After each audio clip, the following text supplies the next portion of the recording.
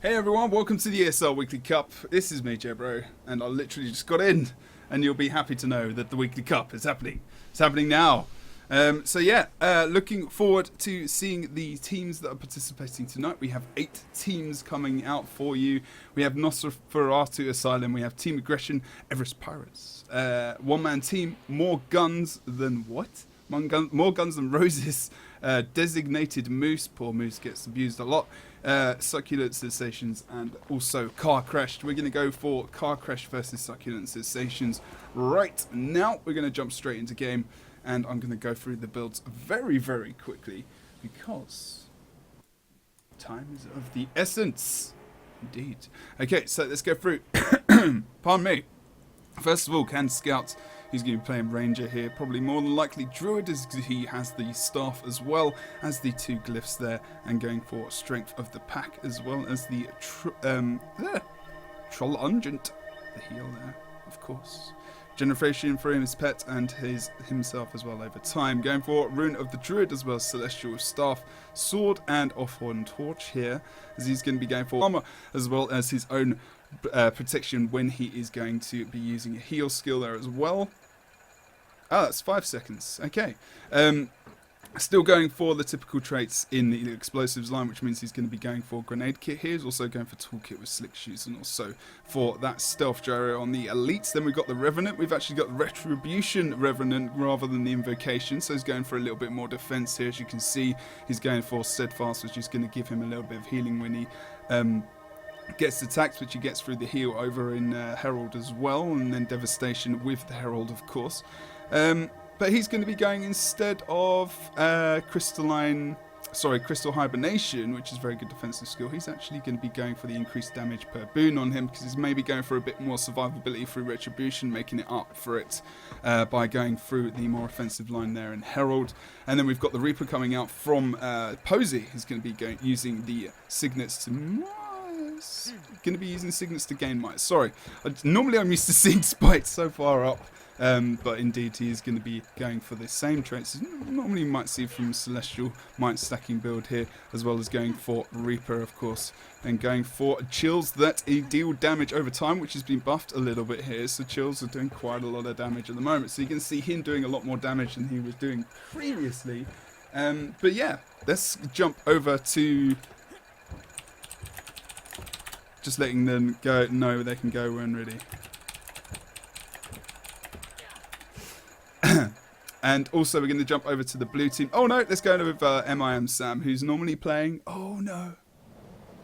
Come on, come back, Mild Market. There we go. He's not even playing Bunker. Looks like he's going to be playing Dragon Hunter though. Going for Marauder Amulet with Soldier. So maybe he's going for a little bit of a hybrid kind of build here. Maybe with a few Bunker orientated utilities here, as well as also going for Feel My Wrath rather than going for the actual...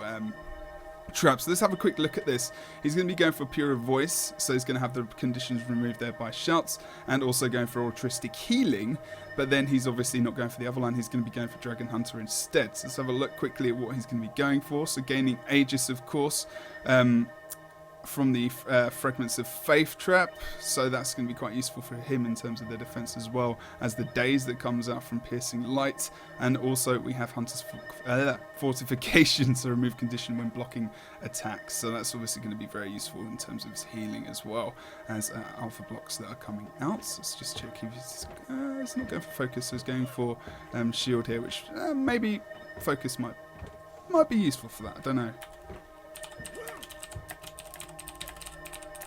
Apologies, I just got in and I'm just kind of rushing through that. I've not really seen that build too much, so I need to have another look at that. In fact, what I'm probably going to do is go back straight after we've done this and actually, probably play that build myself, because alternate kind of bunker builds always going to be useful. We are going to start the game very soon. We're going to quickly have a look at Gun here as well. He's going to be playing Mesmer with the Pack and Marauder Rune, going for Chronomancer, Dueling, and also for Domination. You've seen this a lot, Helseth and whatnot playing. Is he playing Sword Torch? No, he is going to be playing the Shield. Problem with Shield is you haven't got as much protection from getting instantly killed by things like Dragon Hunters, Revenants, maybe Marauder Amulet classes. We're going to see the splits here. We've got the DP Thief as well. Is he going to be going for Daredevil? He is indeed, so it's going to be interesting to see how he copes. You see the blue team coming out here for an early stealth as they move over towards this quarry node, picking up the early kill potentially on Super over here. As we see the disengagement, Nag and Posey are waiting around here at the moment to see if we will get a bit of an engagement on Node versus Super. We are going to see the Moa form coming out into Posey. He has to struggle to survive here. Super does have the stealth gyro, probably going to use it to try and res up here. He does, but it's a bit late. Unfortunately, maybe a little bit of earlier movement would have been useful to make sure that Posey was going to survive that engagement from the blue team so early on. And we are going to see Red are going to have a couple of problems here. Super does have the Marauder's Amulet as well, so he's going to be under a lot of pressure from the blue teams. The Fig can easily get in there. We're going to see the Moa coming out once again. Was that going to be from the... No, it's not from the Elixir. We must have a double Moa coming out from the Mesmer gun there, as well as he does get, of course, his continuing split shift off successfully. So double Moa means blue team will pick up early 2 kills in this first engagement of the game. We come out over towards the waterfall now as Ken Scout is just maintaining this 1v1 versus Emerald Aoife here. He's going to be the other druid on this map. That. Sam and also Hayes Tench is going to be Hayes 10-inch. Wow, thank you for that. He's going to be playing a Dragon Hunter as well, but Dragon Hunter bunker full rather than Sam. He's going for the Dragon Hunter with some bunker aspects to it. Just like that. So interesting to see these builds, and blue team also capping the 2 outside nodes at the moment. Super has come in for this engagement over on the waterfall as well, but we obviously know that the druid is very good at sustaining solo versus 1 to 2 players. Unfortunately, too much pressure comes out, and it's useful that oh, this is the might stacking build. This is the newer might stacking build that's Rom's been playing as well. So, you know, he's getting a lot of might stacking, especially from sharing boons with his pair coming out from that heal. And we are going to see the early kill coming out onto him. Unfortunately, not able to survive a lot of burst there. And we're going to see red team pick up that waterfall cap. Blue team now over on mid versus Car Crash, trying to get some edge here as they did in that earlier engagement earlier in the game, of course, over on that quarry point. And One Punch just trying to grab some stealth as well, allowing Gun to just survive here because he's using that shield. Of course, he's going to have a few problems in disengagement, and you know, they're going to be able to see where he's going on the map. Not able to get the res, unfortunately, on Succulent. He's still... That's interesting. Or we're able to. Okay. That's a very interesting one there. I thought he was still in downstate because his health was a little bit up there, so that's a little bit of an interesting one. But we are going to just jump over towards the midpoint now as well. Blue team still maintaining that cap over on the quarry, but we have seen the Rangers going 1v1 here, so it's interesting to see who would win this fight. Because I think Can Scout, he's not using that heal, so he's not really the hardcore might stacking version of the build that Emerald is playing, but Can Scout at the moment, because he's got so much sustain himself, is able to heal through a lot of this damage. And you see a nice bit of usage there as well to get Can Scout off the point. So he's good at decapping there as well, so good job from the blue team Ranger to make sure that that happens. Posey again in a lot of trouble here. Quick res by the red team. Car Crash are very, very successful normally with their reses, but they need to make sure they can end these fights and end them very quickly. Obviously a team that are probably contesting the qualifiers that are going to be happening between the 14th and a 16th here as well.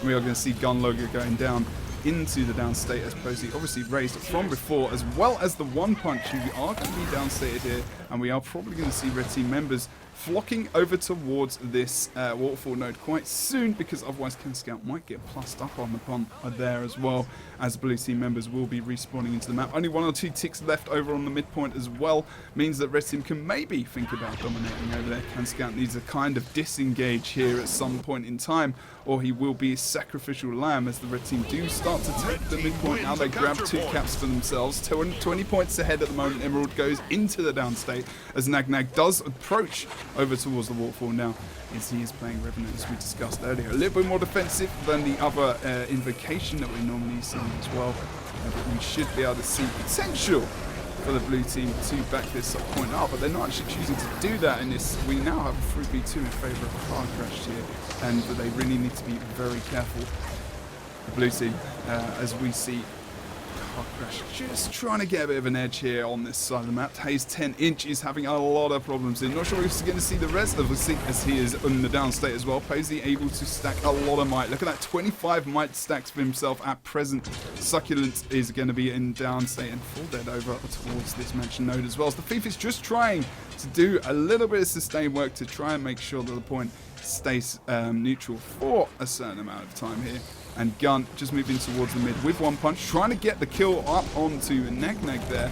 Doesn't have that crystalline trait, so he's not going to be as survivable as normal, but still, obviously, like I said. Oh, we can see the port back. Gun does get downstage just as he goes through there, but Super doing a good job. We are going to see this. Oh, the stealth res coming out. Super unable to cleave there, unfortunately, in the end. Didn't see that his health was raising up. I did miss that myself, which is probably, the reason why he did. So 6 Shoes comes out from Super as well, trying to keep anyone CC'd on the point if they should so wish. And we are going to see Car Crash now taking full control of this game after losing out quite early as they did before. Now downstairs, Gun is going to be in a lot of trouble here. No res coming out from the engineer, even though he gets the stealth gyro off. That might be able to stave them away for a little bit of time.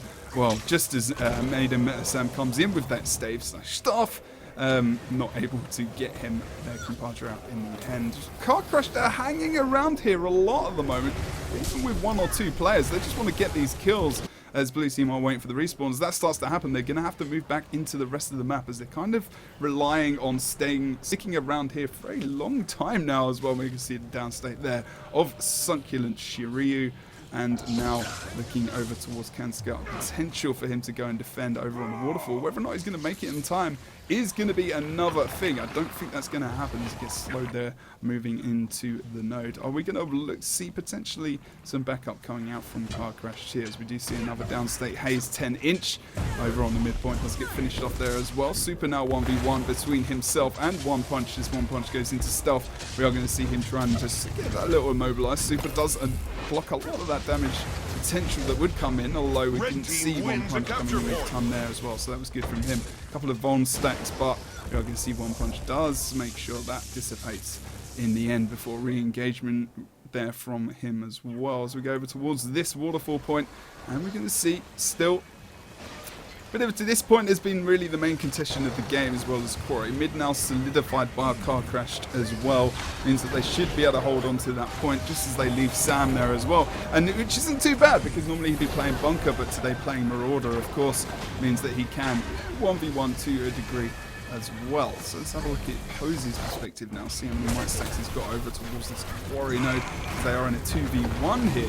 As Succulent is just trying to play around with their feelings as we've seen them move towards the midpoint now as well. No significant losses at the moment. Kanscout is pressured a little bit here, but does come out of this Celestial Avatar. But Posey really feeling the pressure as he gets into Reaper form. He's going to be in it for a little bit of time. He does get rinsed out of that though, not able to get a shout out to maybe give him a little bit of a gap here. Sam comes in, classic Sam, to give him the res he needed. Even the Marauder Amulet surviving that fight there. They do lose the mid cap in the end. Portal comes out from Gun as he needs to escape that mid fight as well, and also maybe bring some people back over towards this waterfall fight. We see a lot of cleave coming out from himself, but a lot of that damage is negated, and he's going to have to blink away straight away from that fight, and he's going to have to return later on when he has replenished some of his health.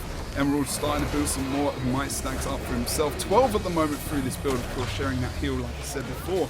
Trying to condition remove as well as being in that avatar form by using those more defensive utilities, of course. And see them turning blue. It means they are a little bit more defensive than offensive, of course, and he is going to be caught here.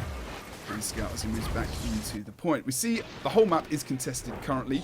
Red team still being the main guys to be picking up the caps, and again they'll probably pick up mid as well unless we see something getting onto that mid cap there as well. Super doing a good job at looking after the Quarry to a degree, but obviously we have seen that movement of the Thief still very good in the Guild Wars 2 PvP scene for today, as we thought maybe it might not be as useful in this meta, but proving that he's able to get some of those decaps there versus Carcrash, but not at the moment able to +1 successfully maybe in these fights, as we see double kill coming out from Car Crashed over towards this waterfall node as well. Sam doing a good job over towards mid, just backing up his allies here as well as posing super, so they can be offensive, but Sam also can be, unless he's gone back into, he did go into Clerics. I thought he had by the amount of healing sustain and toughness that he did have there in surviving those fights, so he was just trying to fool me a little bit there.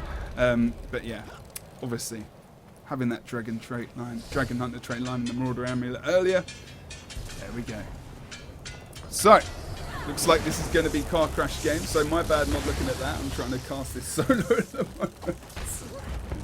But yeah. Or not looking too bad at present. Yeah, so my bad not picking that up. I literally just got into the house, started casting solo, and that was it. So, wondering if Matt's going to join me at some point. I'm sure he will be. This will be car crashed game. Had a bit of awkward start, the boys. Looks like, in the end, able to solidify the map. We are going to see the GG. Did you see that? 2 points. Red team got a capture point. Congratulations to Car Crash on that first game, of course. So, 8 teams participating tonight. We have the Gem, that means Gem's prizes will be up for grabs. Second map looks like it's going to be Temple of the Silent Storm here. And we're going to see whether or not Succulent Sensations can come back into this. Hopefully for them they can. Not looking too bad for these guys, but I think I just want to try and have a look at this Daredevil build as well. See exactly what he's running with. So welcome if you've just joined the chat, joined the channel. It's the ESL Weekly Cup number 103. We have not long, a week and a half, until we see the qualifiers for the Pro League as well. 4 teams will be whittled down from the qualifiers over that weekend, and there will be a Monday cast where you'll be able to see the last 4 teams decided for the qualifier, which means we will see all teams in the Pro League earning some monies. Some monies. I really want to go and see the ESL Pro League start now because I think I worked out that everyone is going to earn at least. I can double check the info actually. So, in the regular season, first place will win 10k. And they'll be going into the finals. Second place will win 9,000. This is in the table, so it's 1,000 increments to a degree, and then 5,000 as we get 5th and below. So first place is going to be 10,000. Second place is going to be 9,000. Third place 8,000. Then fourth place 7. Then it goes down to 5th is going to be 5,000. 6th is going to be 4,500. 3,500 for 7th and 2,500 for 8th place. That means at the very least, if you are last in the ESL Pro League for Guild Wars 2, you will be at least earning yourself $500 for that season, which isn't too bad even for coming last and not winning any games. So you have a potential to win money in that 7 weeks of play, which is, you know, not too bad. That's still like 80 or so bucks per game. Not a bad little bit of pocket money for losing every single time you play in the ESL Pro League, of course. So, thank you for joining. Thank you for saying hello. Hello, Zara. Hello, everyone in chat. Hello, Fen, as well. Good to see you guys. Thanks for joining. So, yeah. Hello, Lemon. Yeah, it was indeed not Marauders. But yeah. We also have Varsberg doing the German cast for things as well, so he has a channel. If you prefer not to hear English speaking, do feel free to go and join him as well. But yeah, Car Crash at present, looking good for this team. Let's have a quick look at the blue team. Might stacking Ranger here, I said, as well, using the Wii heal as one heal there as well, of course, but he's going to be going for the Great Sword, which is going to give him that. Sorry, I've just went onto the engineer there for some reason. Not sure why. Okay, that was very interesting. Great Sword, of course, is going to be going for a Sigil of Battle there. So he's going for a lot of might stacking. Whether or not he needs to use that amount of sigils as well, I'm not too sure. But the thing is, he's not using Companion's Might there, so that might be the reason for that. So he's going to be reducing the recharge on his shouts, which is going to be very important because strength of the pack is a shout, and so is We Heal as one. So he can share his boons more often, and he is making up for the lack of that might through the pet, of course, maybe perhaps through that Sigil of Battle, and also through that Sigil of Strength. As we go over towards the Thief here, he's going to be using Trickery, Shadow Arts, and Daredevil. Of course, through Shadow Arts you get a lot more survivability, of course, as well, and we are going to see him going for Daredevil is the class which I'm really haven't seen so much so often recently. So he's going to be going for Weakening Strikes, of course. It does mean he can use the staff, but he won't be. As you can see, he's using Short Bow with the Dagger Pistol offhand with the pack. And he's going to be going for Weakening Strikes here. So when he gets crits, he inflicts weakness, of course, and he's going to be going for Impacting Disruption. Wow, sorry, I have something in my eye presently. So enemies that you interrupt suffer a pulmonary impact. So there you go, cause a rupture shot that deals massive damage. So it's yes there, as well as going for the dash there as well. So he's got 3 dodges here. Oh, the evade is horrible. You know this to be true. You can see it just popping up above the bar there as well. So this is going to be very good. And, you know, able to remove some conditions as well as gain himself some swiftness. So there's some extra mobility coming out. And I understand why he's going for Shadow Arts as well as also going for the Trickery line as well. Going for Bountiful Theft, of course. And then also going for Thrill of the Crime and Sleight of Hand. The base is very useful for making sure he's able to get a lot of damage off in the end as well. Let's see the Mesmer. As we come over to this side, he's obviously going to be going with Mental Anguish there as well as Deceptive Evasion with the extra clones. But otherwise, the usual kind of, we're seeing him, yeah, he's going to be going for Illusion Reversion and also for the quickness on the Shatter as well, which is very, very useful. We actually saw the Mesmer doing a good job where he got a double Moa in the last game in the early engagement onto Quarry. Kind of fell apart from there though, as Car Crash seems to gather themselves back up and, you know, just make sure they were able to regroup up in the map, be patient, and make sure they were able to re-engage there as well. I think the NG's playing his Celestial build here. We'll just double check. He is using Celestial with the Rune of Durability there, so the extra boon duration and obviously health and toughness that is very, very useful in this build. Also the Protection Imogen from being struck as well. So let's go and check Might stacking there with the energy sigil, as well as going for the usual trace through explosives and also through alchemy, but he's actually going to be going for backpack regenerate here in a celestial build. Is able to sustain himself pretty bloody well, and HGH of course for his might stacking abilities. Most engineers using this trait, the scrapper trait line at the moment, because we do see them, the amount of protection that comes out with the protection injection for 5-second cooldown and recovery matrix as well, means you've got a lot of uptime and protection as well as healing for yourself as well, coming out from the swiftness of course, not so much obviously with the super speed, but then getting adaptive armor as well for the stacking toughness there. As well as the condition damage reduction, which is actually kind of overlooked to a degree. That's still very, very strong. The toughness stack used to be 100 per stack as well, so it's not obviously gone down from 500 to that level as well. So, I might be talking a little bit too much because I'm solo at the moment. We still see Daredevil more often than Berserker. Sure, you will definitely do that.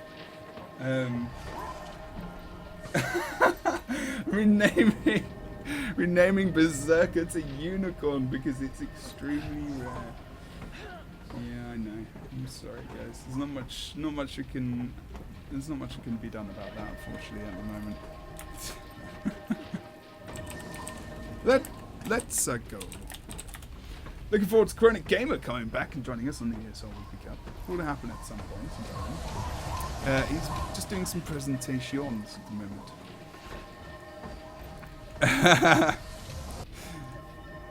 Sam's getting PM'd about his build. So Dragon Hunter Bunker is going to be a thing, guys. Going to be a thing. No stuff here. Using longbow at the moment. He's still trying to fool. He's going to be doing this. You know, it's a way of, you know, fooling everyone into thinking.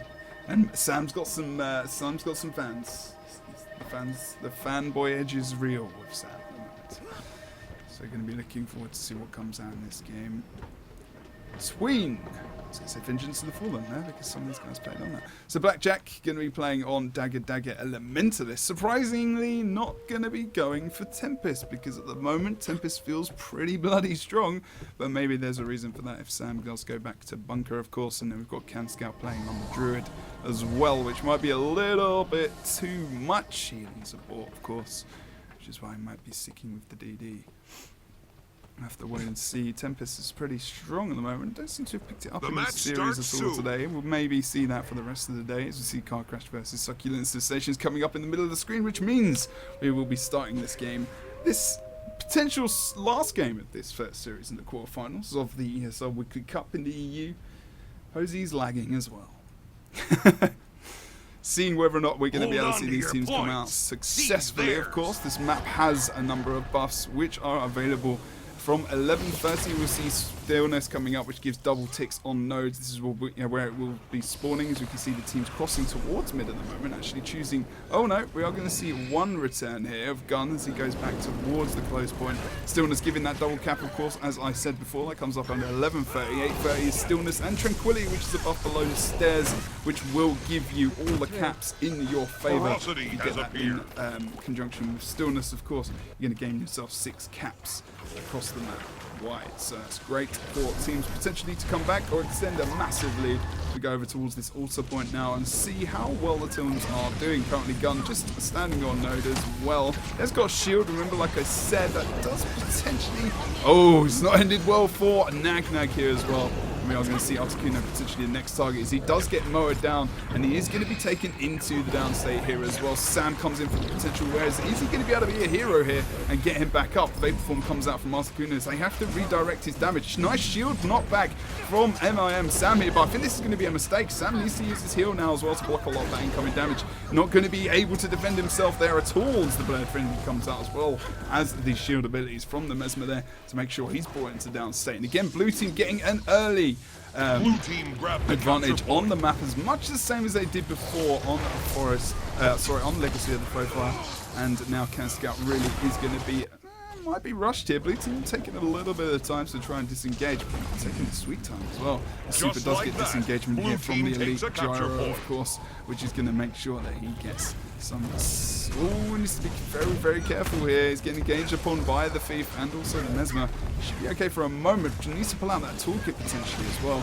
Unable to, in the end, get that block successfully up. We are going to see Sam potentially coming for the block just to try and give him a little bit of room. Unable to get out there and help out in the end. Nagnag doing quite a good job as well on the Red team wins the capture point. Room strength with the Marauder, so very assassin orientated here. Tries to potentially pick out his target as Emerald goes towards the defense of the altar, with one cap coming in for Car Crash now over on that temple node as well. You see the Mesmer is going to be attempted to be locked down here, and Nagnag withdrawing down to the bottom towards the as well. So we go back over towards this, just in roads between mid and also the altar as well. Sam under quite a lot of pressure here as he tries to withdraw, potentially trying to set up some kind of engagement or be a distraction as the rest of the red team go over towards mid. This is great in the moment because red team have 2 men here at present. Blue team are well represented though, as we see the Druid, he's just trying to escape using those sword skills. Might want to try and grab into the Celestial Avatar quite soon. As well, unable to, unfortunately, in the end. Res successful though. Portals is up. Maybe even thinking about moving back through that in the end. But we can see Gun does a good job at just getting past the defenses of Red Team now. Can Scout does use that shout, of course, to get back on node as soon as possible to grab himself some swiftness. As we see Succulent Shiro there just under a bit of pressure, just getting knocked down. Now can re-engage back onto the node, of course, using that mortar kit to try and sustain himself to a degree, as well as also... Oh, we're going to see the Stillness popping up as well. The blue team Thief in position to try and grab that. No red team member from Car Crash at the moment on point around to get that. If they can get the decap over on the altar, though, it's not going to matter. So the Thief choosing to lose the cap there, but also by getting that Stillness, it means that Car Crash won't be able to get it to come back fast into the game. So blue team need a cap here. They need it quickly, but they have lost a kill over or towards that midpoint as well. Sam does stay on node to make sure they get the point, and we are going to see Succulent Shiro there, Shirio going into the 4 down state as well. Potential for them to come out and try and get something out of this, but not able to the end. Very close to being rezzed here. Articuno making sure that he's got stability there to make sure they can get the kill in the end. Let's go over towards the altar now. And it's a good thing they got that Stillness, blue team, because they may be able to negate a lot of points accumulation from Car Crash now. So they're doing exactly what they did in the last game. They're starting to be able to survive here, but some pressure does come out onto Super there as well. And they need to be very careful that they don't lose him early on, as he was using that Marauder armor, and it's still over that as well. And he's doing an okay job. It does kind of get picked off from time to time, but he's able to do a lot of damage, and he's got a lot of support in this team. So him running Celestial isn't going to be advantageous for them, so they'll never be able to get the kills. And they did pull out the kill on Gun over on the top of the point there as well. As Nagnag tries to engage on Emerald here to make sure that he's not going to be able to escape without paying for it, but he does use a nice few abilities there to disengage. Just like like that. stuff. Blue team takes a capture point. Now, 2 side caps under control from Car Crash. Blue team definitely still in this game as they have the mid cap currently in their favor. An okay job here as we do see the Druid gets on point from the blue team as well. Stuff comes out over towards Succulent Shiro there as they try and just sustain on point as Emerald is in a ton of trouble here as well. He's got Celestial Avatar form back up but chooses not to go into that in the end.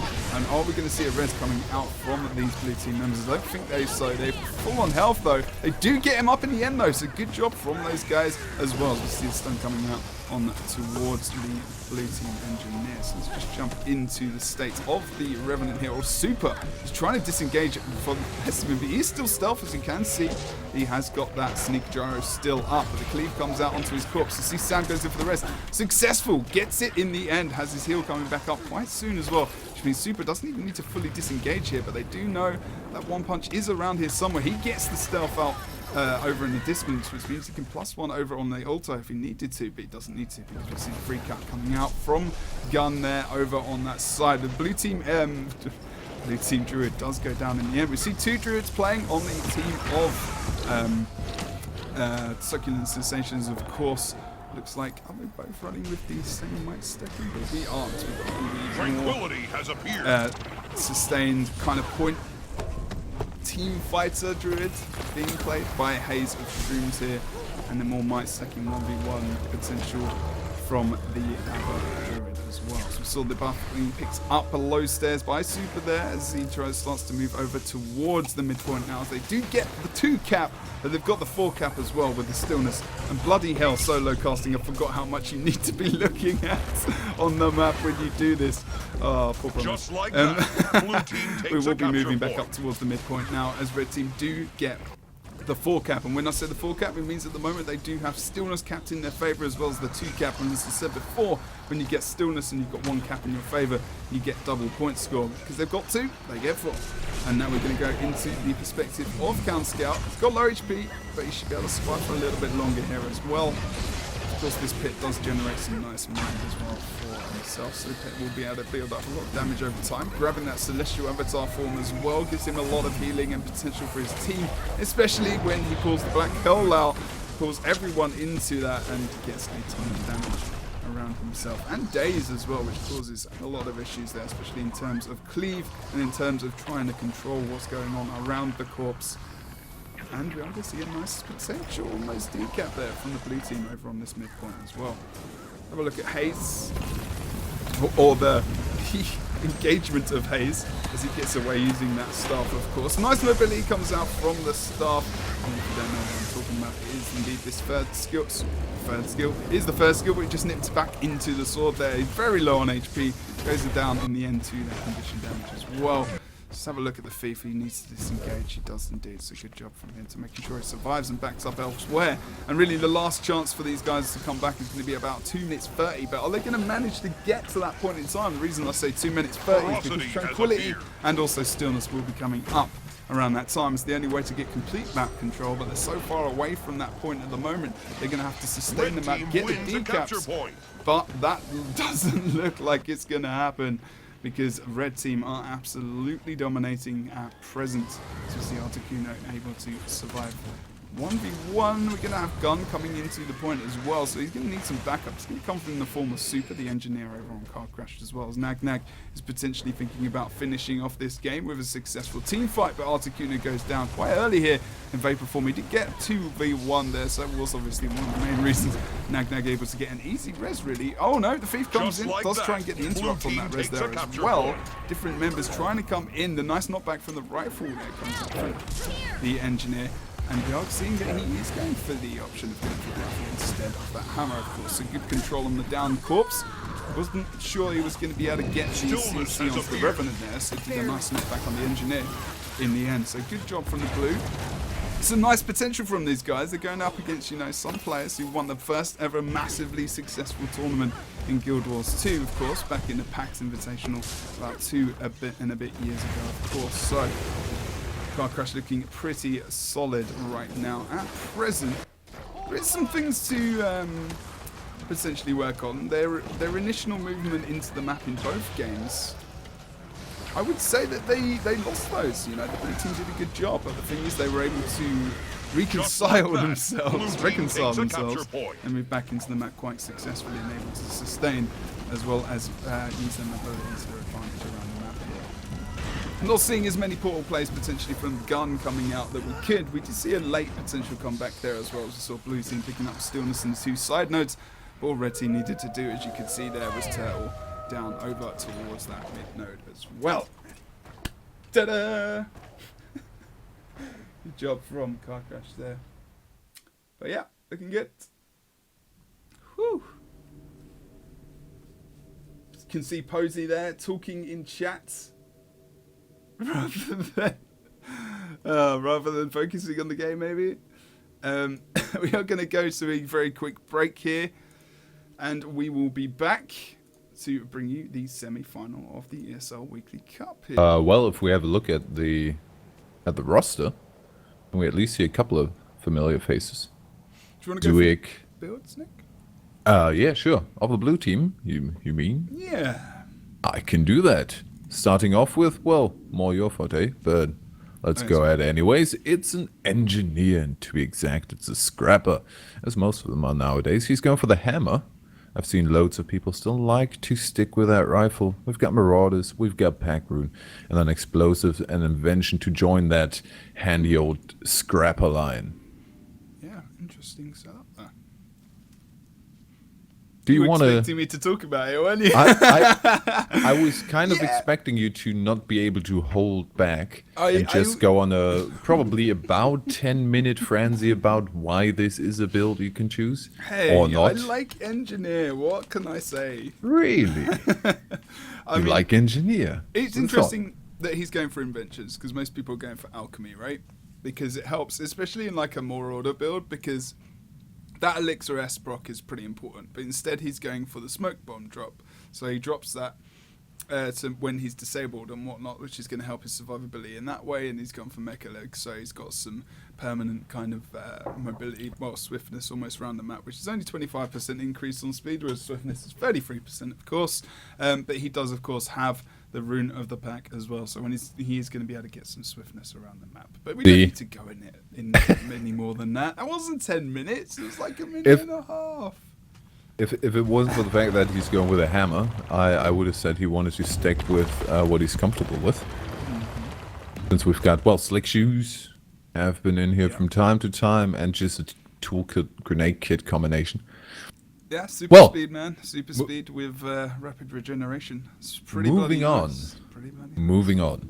We've got Zuik, and he's on a Revenant. He's got the sword, he's got the shield, and he's going for the hammer. That is now the thing to do, isn't it?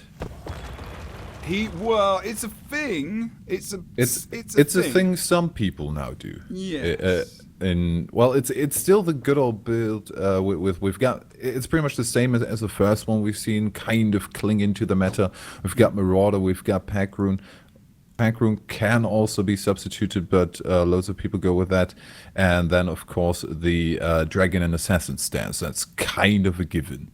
That you want to go with that. Normally we see a choice between Invocation and Retribution, but he's actually gone for both, and he's not gone Devastation. So he's got a little more... no Devastation. No, okay. No. He's gone for more survivability coming through from Retribution, sorry, not Invocation. This Equilibrium does a lot of damage on... I mean, you might need that when you're choosing Hammer. Yeah, because you've got... Just because you're losing a couple of survivability skills? You have to stay in place for one of those. No, you've got some nice evade as well with the hammer, with that phase smash as well. Get some control coming out from drop the hammer as well. So hammer is a very good weapon for a lot of things, as well as getting that life steal for your survival. If you drop that Field of the Mists and then use your first skill for it. Got a lot of survival coming out from the hammer, even though you might not necessarily think it, but still pretty good. Let's keep this moving, because I think the players are getting a bit anxious to get going. Next up we have, although as I say that, one guy leaves. Okay, Damon is going for the Druid. See him on a sword torch and a staff with a Mercy Rune. So we've got a bit of a rest spot going on there. choosing the Celestial, so not going full on. I've read a couple of things like discussions in ASP about Bruiser or support. Celestial itself won't bring you into the Bruiser category, I would say. But this is, even though we see the Mercy Rune, not going full on all out support, as we've seen a bit in the past. So like a sewer. What? It doesn't work. That does not work A at sewer. all. I was trying to think of a happy medium, but it doesn't work, Ray. It just doesn't work there. Not at all. No, He's not going into no, Beast it does Mastery not. there either, actually. He's just gone magic, nature magic and wilderness survivor. So yeah, there's still quite a lot of different I've seen that a few times. You don't have to go Beast Mastery. Some people don't like their pets. Some people don't, apparently. Beast Mastery quite useful. I belong into that category. That's true. Beast Mastery is more for the 1v1s, I think, whereas this was more team centric. Team centric also still get a little bit of damage, whereas of course the support stands in the focus. Next up, Chronox. Chronox, who'd thought he's on a Dragon Hunter? Chronox had some experiments with the Revenant, if I remember correctly. That's right. Did not feel at home, as it seems. Going back to the good old-fashioned Guardian that he has been playing since release. He's gone for Longbow, the Sword, the Shield, and then the Rune of the Trapper, because traps are a thing on Dragon Hunter, quite a powerful thing. Marauder, and then we have Valor and Virtues with it. So yeah, with the 2 meditations, it's basically meditation built with a Dragon Hunter and 2 traps put in. Also, I personally really favor the renewed focus instead of anything else. We've seen the elite trap come into play here and there, but you just need renewed focus. It's just too strong to pick anything else. Yeah, and you need those virtues help with your survival as well. So you really is going to be useful to make sure that he can keep hold of those, of course. I think your voice activation in TeamSpeak might be a bit off because you're breaking up for me. I hope that's not the case on stream. Okay, I'll just move it closer to my face. Well, no, it should be fine on stream. Yeah, no, it's just me who can't hear you. Okay, sorry, I'll talk louder. Who's the last one? Okay, last one. We have Phoebe, I guess. Phoebe Poison.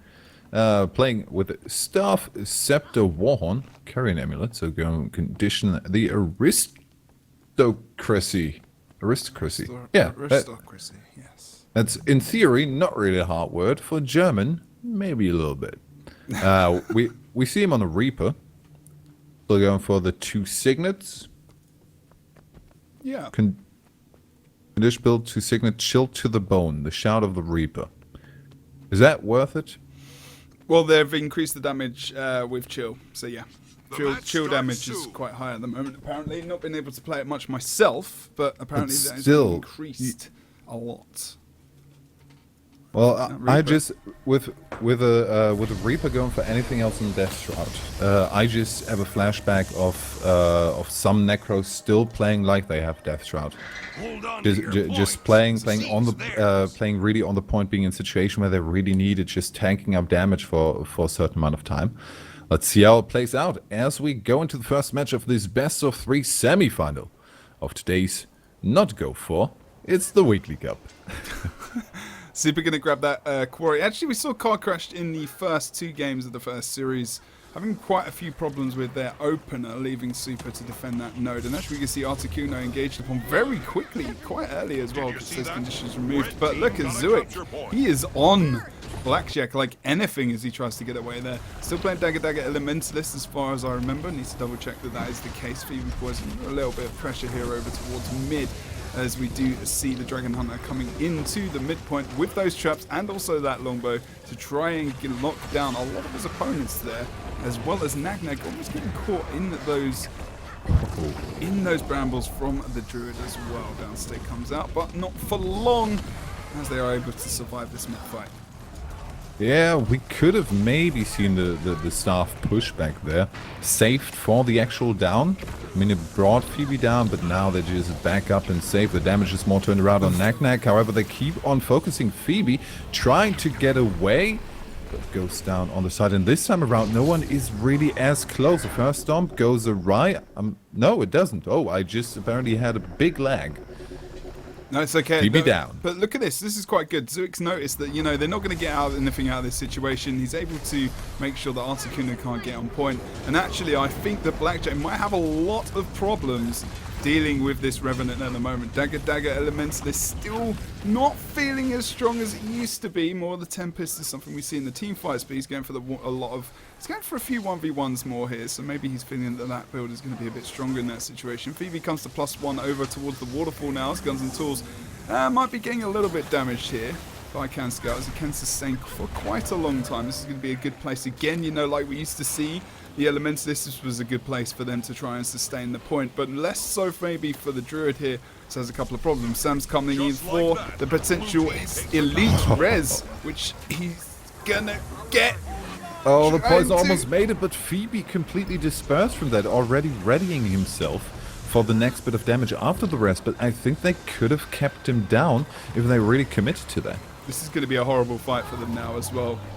Paul comes out for Canscout onto point, and to be honest, you know, they're not going to get a lot out of this, and even Canscout now can just leave back up over on the midpoint. Although Daemon is in the down state currently, and looks like Car Crash have this in their favour, so Canscout probably here can just rotate out.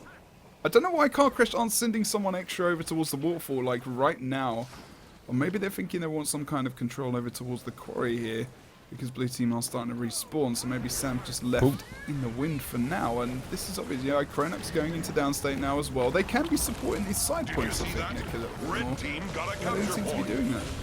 They could, well, we've seen quite often that people put a very big deal on the midpoint, getting that first and then trying to get a roam just with the entire team across to the waterfall and clear that fight up quickly, rather than splitting up initially, committing yourself to 2v2s, 3v3s on the point.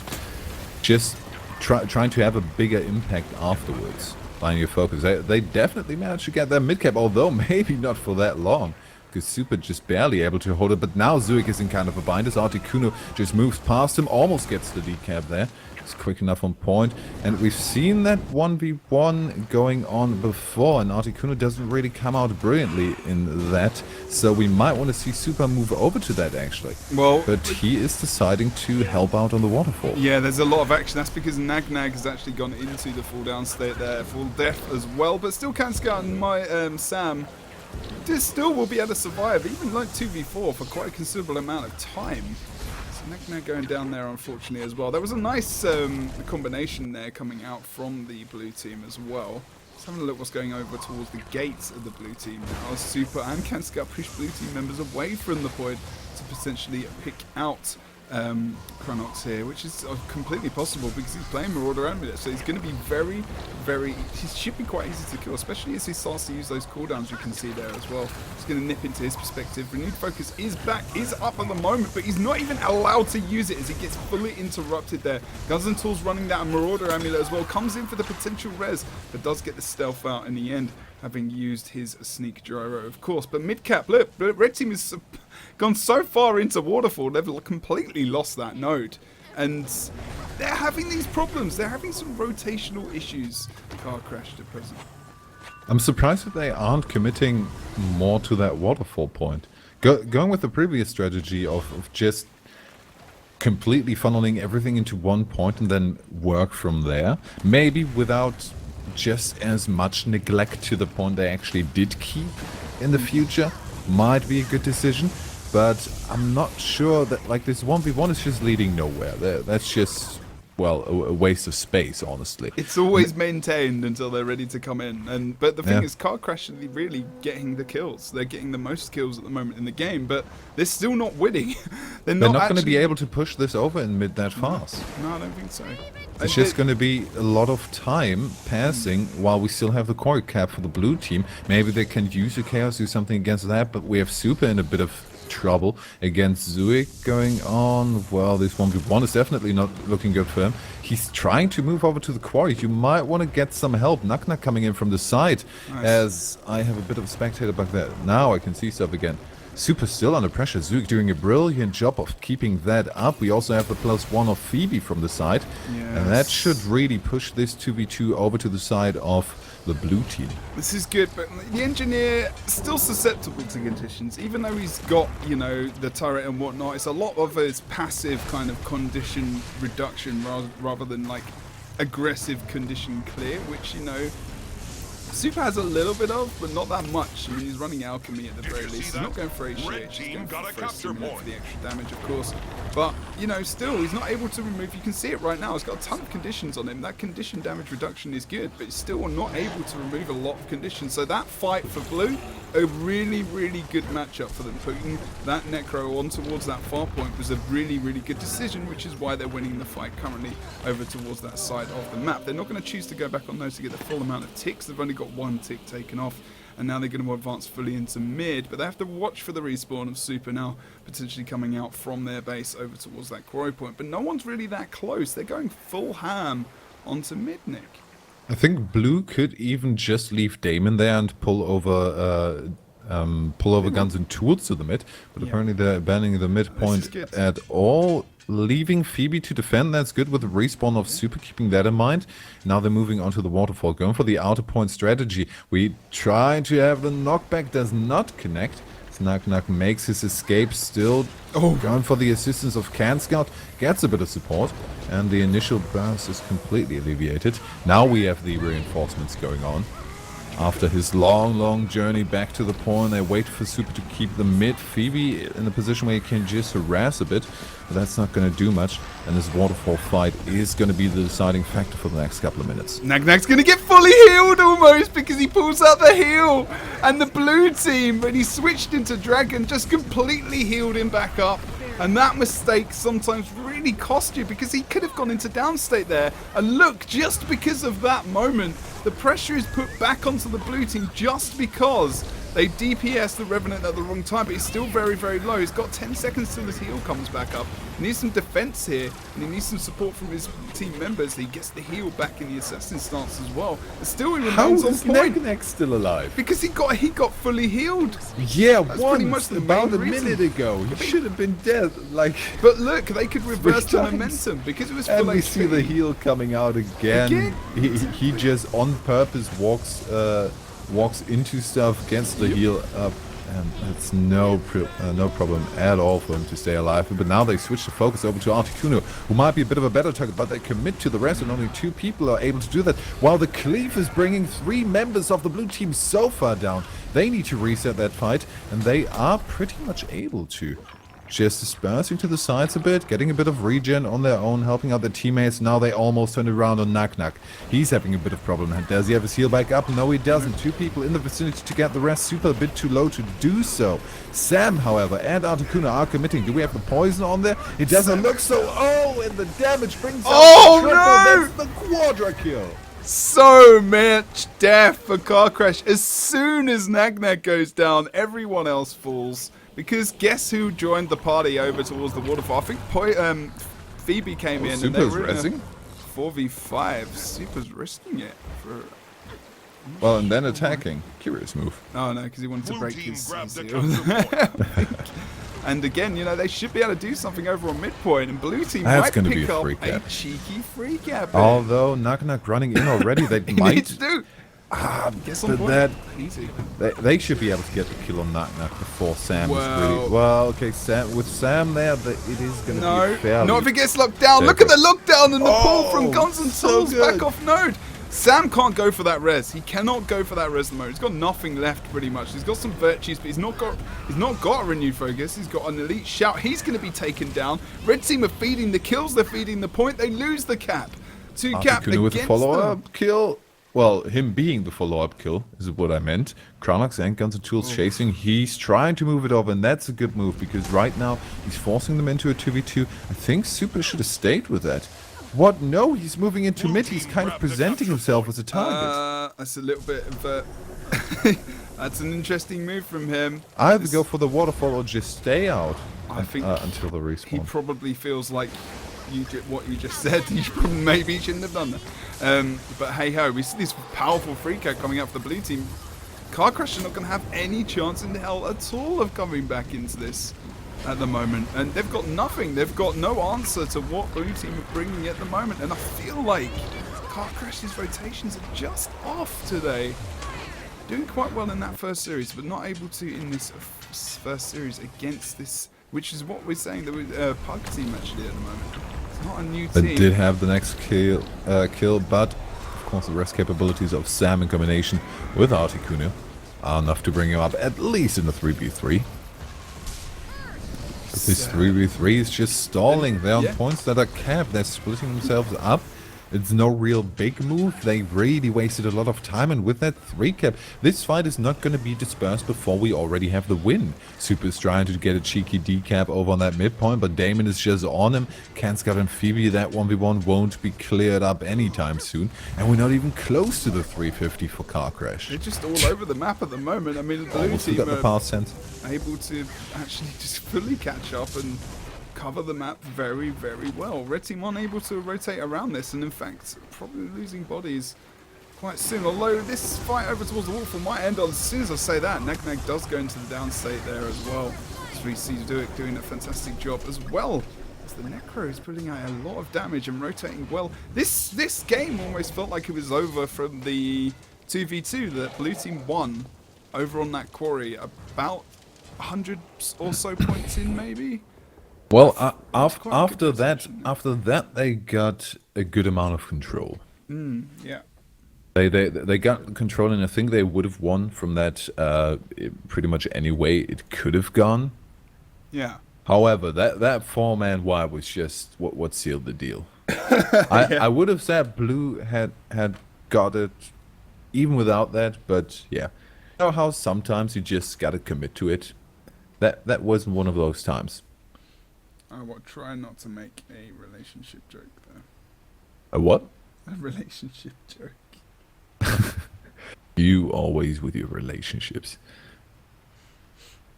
Oh, you WhatsApped me. Sorry. Let me get back to you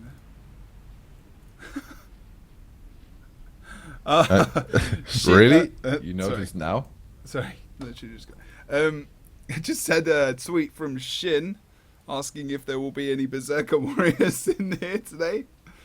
I think we can all agree that that is something that might not happen in the near future. Warrior being very much the Ranger of old, with not really a place in the meta or in the PvP at the moment, unfortunately.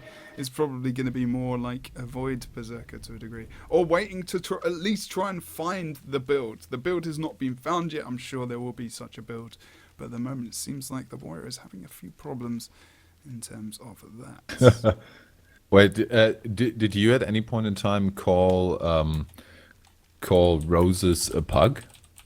Yeah. Why?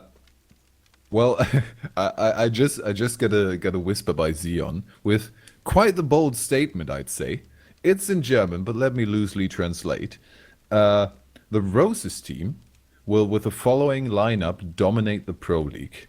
Okay, so Guns and Tools, Kranok, Zuik, and then it's going to be Xeon and Moldrak instead of Phoebe and Demon. I'm pretty sure that. Oh right, okay. So the team is Or take apart rather than dominate, is what he said. Okay, right. Because one of them said that this was a pug. It's Okay, well, from Zuik two people are kind of replacements for now. For now, maybe back up. Okay.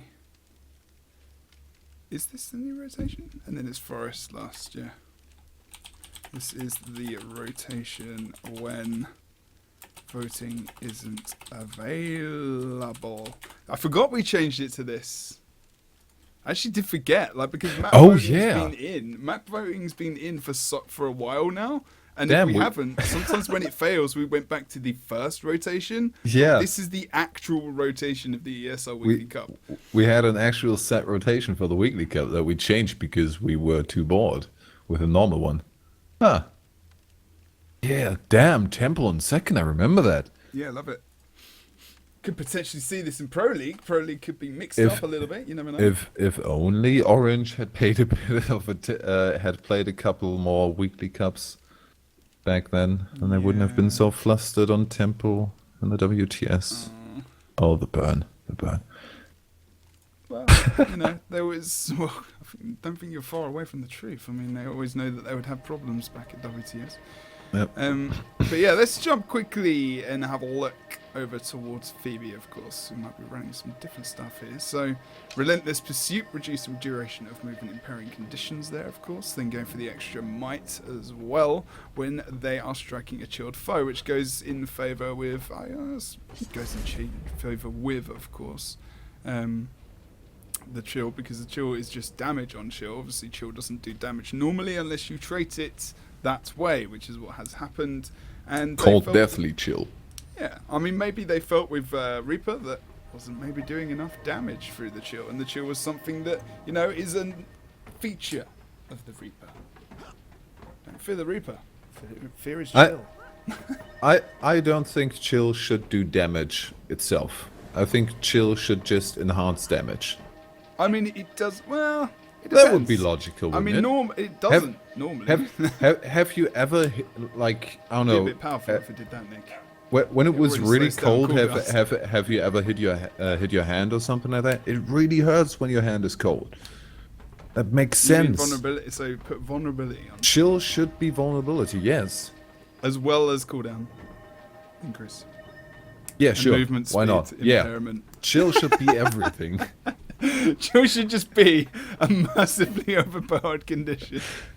Why not? It's already got quite a few things going for it. I mean, to have to trait for it to do damage, I think it isn't too bad.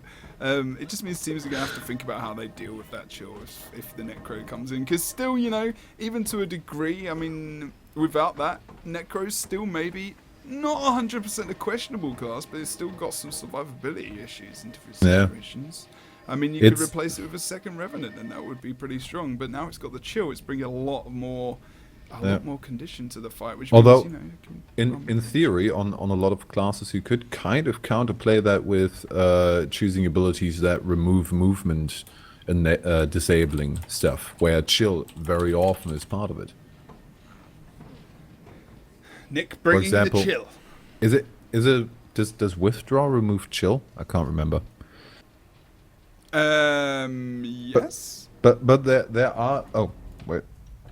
Oh yeah, you already said ago.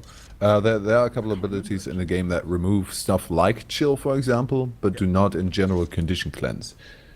That's true. Like So- chill and mobilize, whatnot, as Yeah. well by movement skill. Yeah, skill movements. So you could in theory The pick match these. starts If you soon. want to put that much importance into the fact that chill hurts you a bit, not really sure about that. Well, we will see what happens and whether or not chill will be a major impact. Block off eyes on 25 stacks. Katru, I like it. We'll accept it. Let's on to bother your ain't it points. until they make it Seats happen. there. But before we're gonna get pay attention to the second game, it is on Silent Storm. In this best of three, currently Rose is in the lead. Can Car Crash come back? Let's have a look. Have to wait and see how well their opening goes. Opening in the last series seemed to go a little bit better for them as they do over towards the. See, again, already Posy's having a couple of problems there as to port back using that flesh worm, of course. Gets out of dodge quickly, and actually a lot of damage comes out to Kranos. Ferocity Uses that has third. Use his virtue to just get out of dodge Red there as team well. wins So a as capture Posy point. did almost to a degree. We're going to see the instant damage coming down onto Super. Is actually going to be a lot of trouble here as well as Nag tries to defend, but the damage coming out from Kranox from afar and Zuik on node means he is going to be taken down in the end here. So pretty not the greatest of starts for Car Crash. Nag and Super seem kind of to be the targets that the blue team can take advantage of in the fights. That's kind of an issue if you send them both to no. one point. Look at They open this. themselves up. Posey down in mid, but Sam. See, Guardian want to say Kranox. Needs, Like, that would have been really bad for the red team there. Posey's just going to have to wait and reset himself. He needs to just rotate with Sam off the point if they should so need, but maybe blue team are going to start to collapse down on this point as we see Krenox coming over towards the midpoint behind the red team members, and actually he can just range from the top here. I think this is still a fairly good decision, just balling up on the midpoint first, and then dispersing out to the side points, just to have a bit of security. There were still 4 members because one was down, so just having a bit of security for a brief period of time, and then immediately moving on, just so you can have something against the fact of them maybe collapsing onto you and trying to get the follow-up kill in a situation where you already have 2 players engaged in the fight. Posey downstated over towards the midpoint and doesn't feel like he's going to be raised up anytime soon. The blue team collapsing on this node. Looks like, it feels like they're just going to get a few more kills here actually, in all honesty, as Sam tries to survive for as long as possible. He's going to be full HP, but that's going to stop very, very shortly. Trying to hold over towards I love how they're not really paying attention to Sam. Phoebe just tried to leave. Sam? Nah, I don't want to deal with that guy.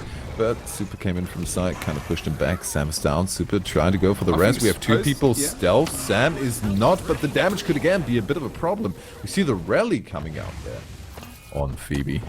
Back up again. 3 people, 4 people to be exact. They're putting a lot of attention to that midpoint now. They need to focus on this Druid. Then if they can take him down, that would be really advantageous. Even taking down Krenox on the way from that happening as well would be quite nice for them as they start to get a cap here over towards the midpoint for the red team. Still, side notes, having some problems here. Oh, Phoebe with the AoE damage. Look at the health bar. Look at the pressure that he's bringing out.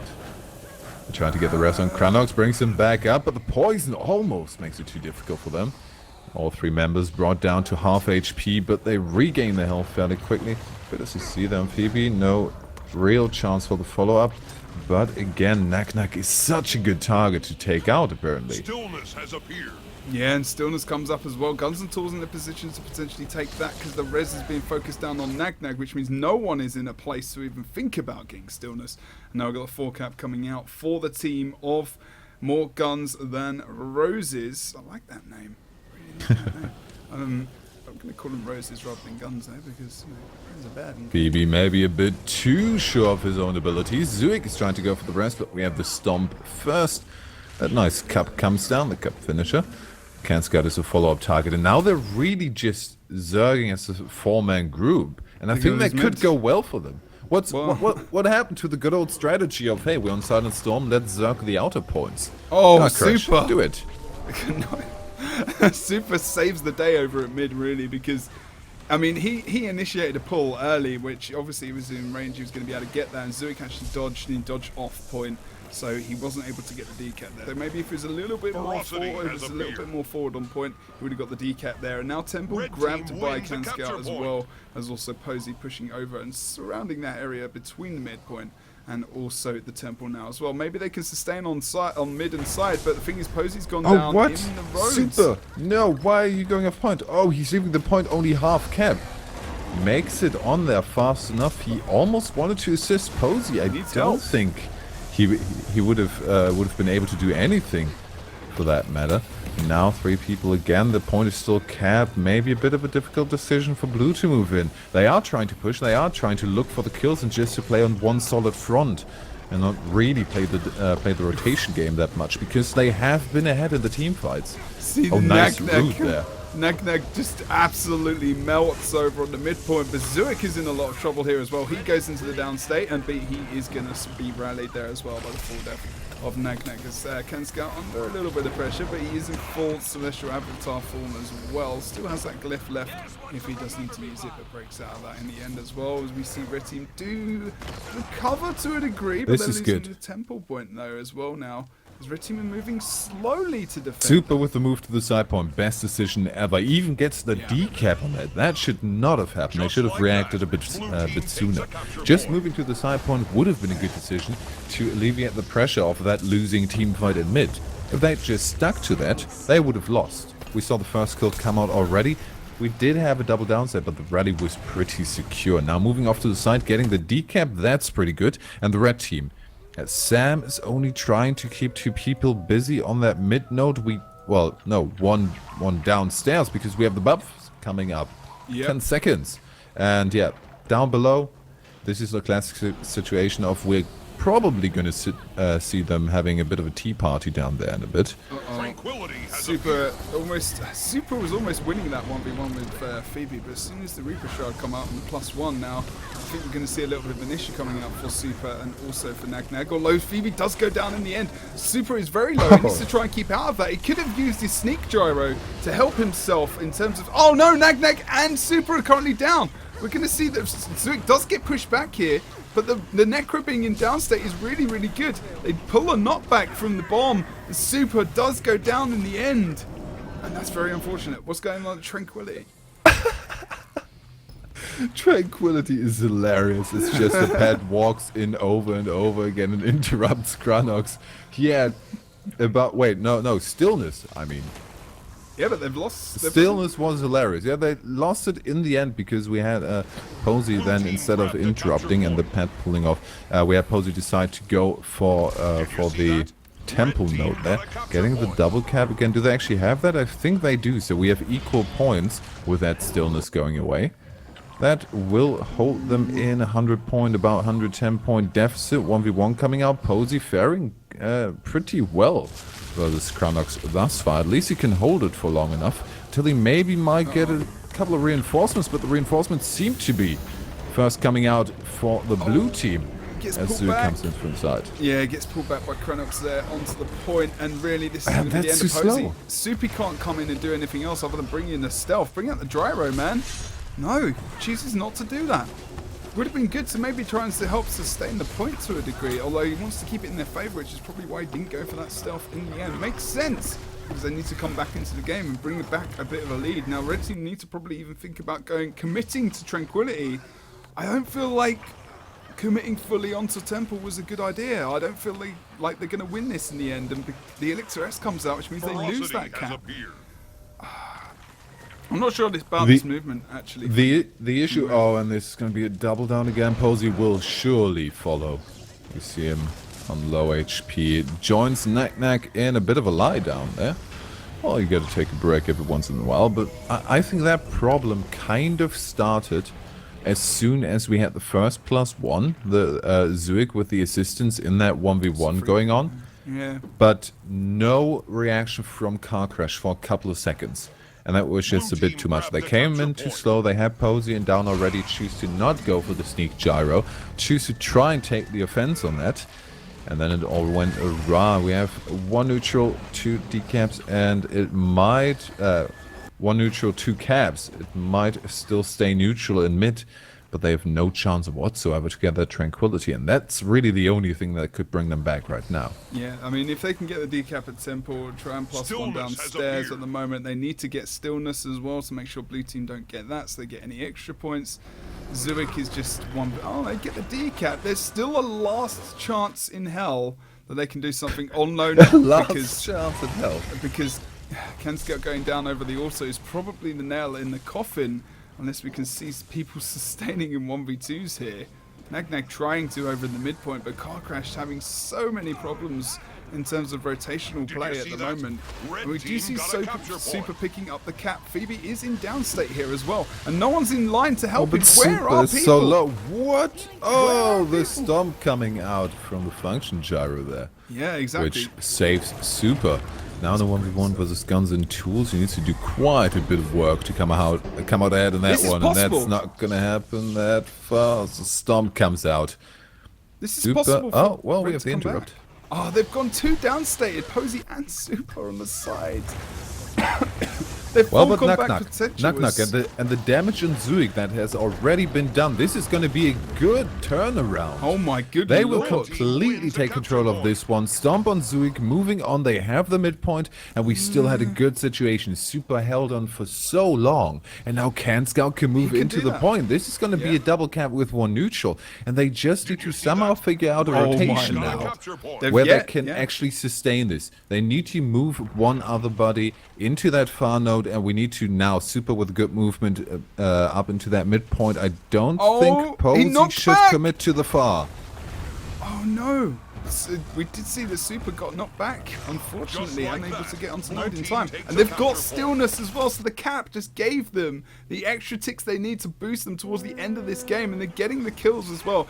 Scout full death now, as well as Nagnak, who's not going to stand a chance in hell of doing anything over towards this altar node, and we see the loss of the temple, and it starts to fall apart as soon as they start to get any kind of momentum in this game.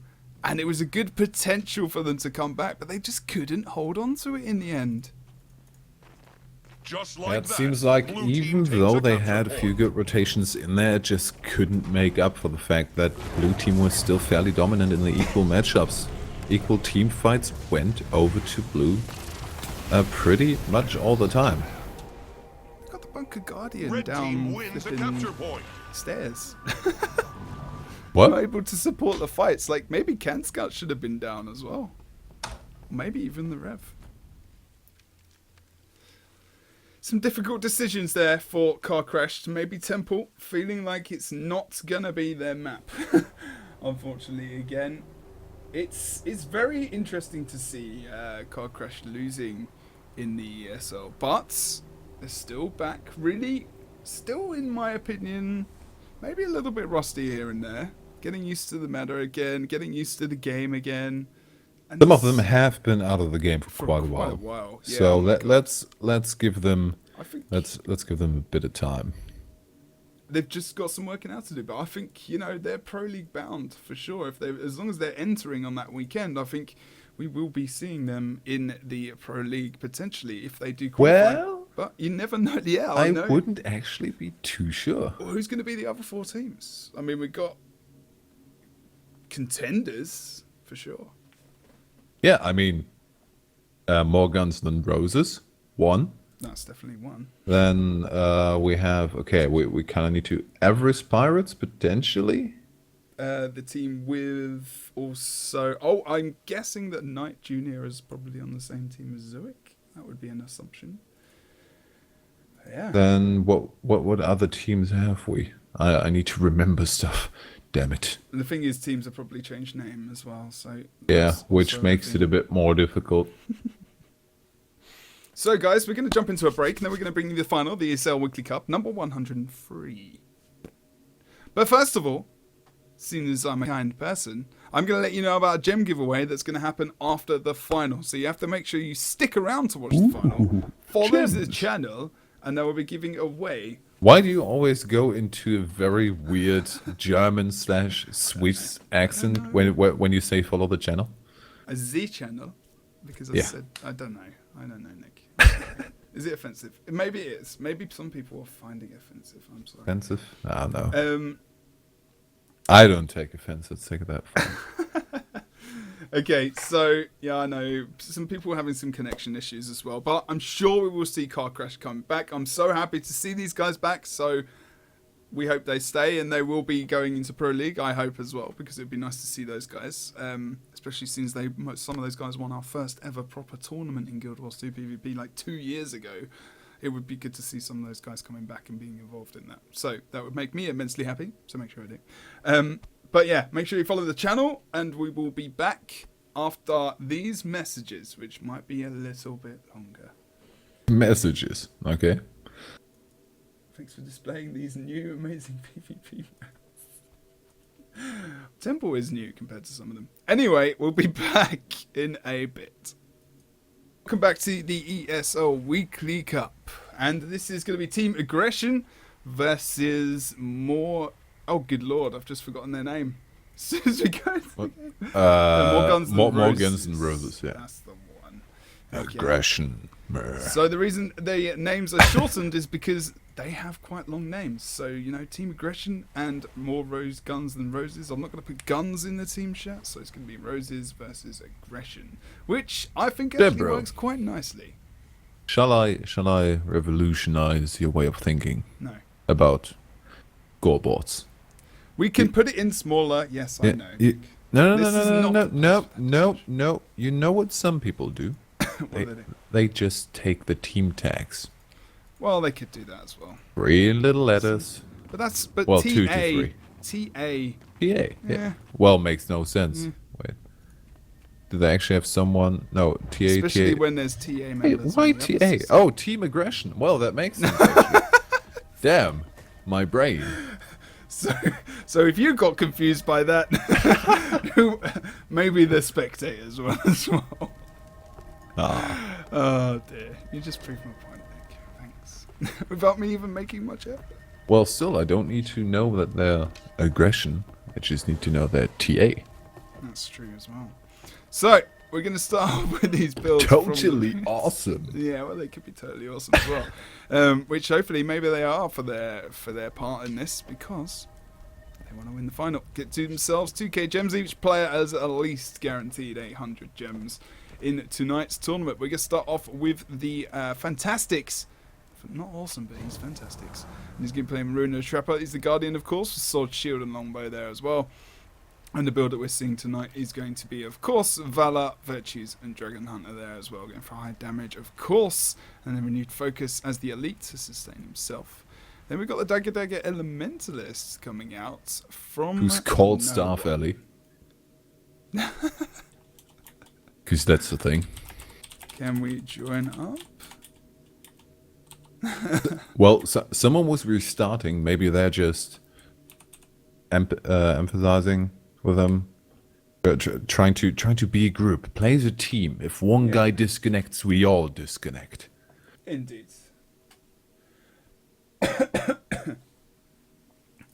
Team aggression. This should. I'm assuming this is World v World, guys. Well, we have seen World v World people from time to time pick up PvP quite quickly. Yeah. Okay, what we're gonna do? They are familiar with the mechanics, at least. If it is that indeed that team, and someone did ask that they could be changed. Which team? I will change it to TA, because that is the wish. And that will be the thing. There you go. Team aggression makes sense. Let's do that. So there we, of course, have Guns N' Roses. Guns N' Roses. That's literally because of the tag. Love it. Love the tag. Love the tag. For more Guns N' Roses. Brilliant what is stuff. GnR, of course. Let's go over to Tifa here. Okay. He's going to be playing Druid. Unimaginative. What? It's brilliant. What are you talking about? He's going for Beast Mastery, Nature Magic, and also for Druid to sustain himself as well. Going for the usual traits there. But he's going to be going for Lingering Light. That was, of course, nerfed. So surprising that he's not going for that. Going for the Ancient Seeds, actually, because that is a mini Entangle Elite onto a single target. So very surprising that he is going to stick with Lingering Light there, because that Entangle is very strong over that ability as well. So we'll have to see how well that comes out for him in the end. He's going for Celestial with Rune of Durability there, with the Sword and Offhand Torch as well as the Staff, of course. Fairly generic build at the moment in the meta that is kind of evolving. So we've seen the Celestial Hullbrack Hammer NG here as well. Very sustainable. Especially he's going for Inventions and Alchemy as well, which is going to increase his survivability tenfold as he's stacking a lot of might through this build, as well as getting some nice leeching of the health through, of course, Leeching Sigil and the Blood Sigil there as well. But Mortar Kit? Yep, in the Selly builds, a lot of people going for the Mortar Kit, yep. Really? You can sustain yourself through that Frost Aura, of course. Make sure you don't get a massive amount of damage. You've still got the Poison fields as well as the Water field as well, which really just does increase your survivability. And then we have got the Staff Ellie, we've got Staff Ellie, who is playing Dagger and Dagger. But he's going to be going for Water, Arcane, and Earth here. Maybe it's a new experience for him. Maybe it could be. He's not going into You need fire, a name though. change, mate. He's not going for the blinds instead of going into Stoneheart over on the Earth line as well. And then we've got Shots here. Good to see this man back. He's been doing quite well in PvP recently as well, as he goes for Daredevil there. So he's going for Bounding Dodger as well as Staff Master, and also for Havoc Mastery. So let's just double check. He will definitely be going for Staff. It makes the most sense, as well as they pack with Marauder here. So Staff Master gives you extra, gain endurance for each initiative point spent. So that's not bad sustain in terms of, using your steel and then actually getting some endurance back and having that free dodge available to you. We've not seen this build played before. We very rarely see the bloody staff played. In fact, I don't think we have, Nick. Have we? Once. Not that I remember. No, the only daredevils we've seen, they just stuck with the idea of dagger pistol most of the time. If they went into and I think we've seen one daredevil with the sword dagger. Yes, we did. We saw a daredevil earlier playing with dagger pistol as well in the first series today. I don't know that One the shot. staff. It might be because it's new, but it just feels a bit weird. and in most cases, not really optimal. And then still going so aggressive, it just doesn't feel like it can really fulfill what the rest of the class sets the class up to do in a team. It clashes a bit. I mean, he's not using it with shadow arts here. Well, yeah, okay. No shadow arts. That's But- one thing. We did see the earlier. We saw the panic stroke thief. That's gone. We did see the daredevil thief going with shadow arts, which is kind of that's good for the survivability of himself and his team. It's more utility, and if you stick Yeah. with dagger pistol, then sure, you want to do that. I think he's. On a daredevil makes a little bit less sense because you don't have enough stealth. As if you don't go for the dagger pistol, you don't have enough stealth to really, well, first off, take any advantage of Shadow's Embrace, which is kind of the main thing you want to get with Shadow Arts.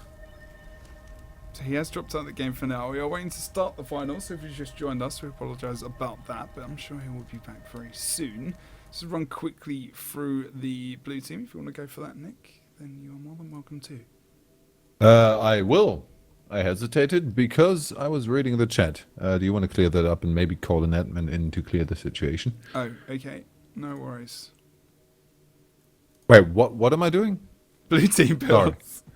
Blue team's builds. Well, we already went through them, but we can give you a quick, damn my mouth, a quick recap of what they are playing. We have Phoebe on a Reaper build. It's a Necromancer. We have the Staff.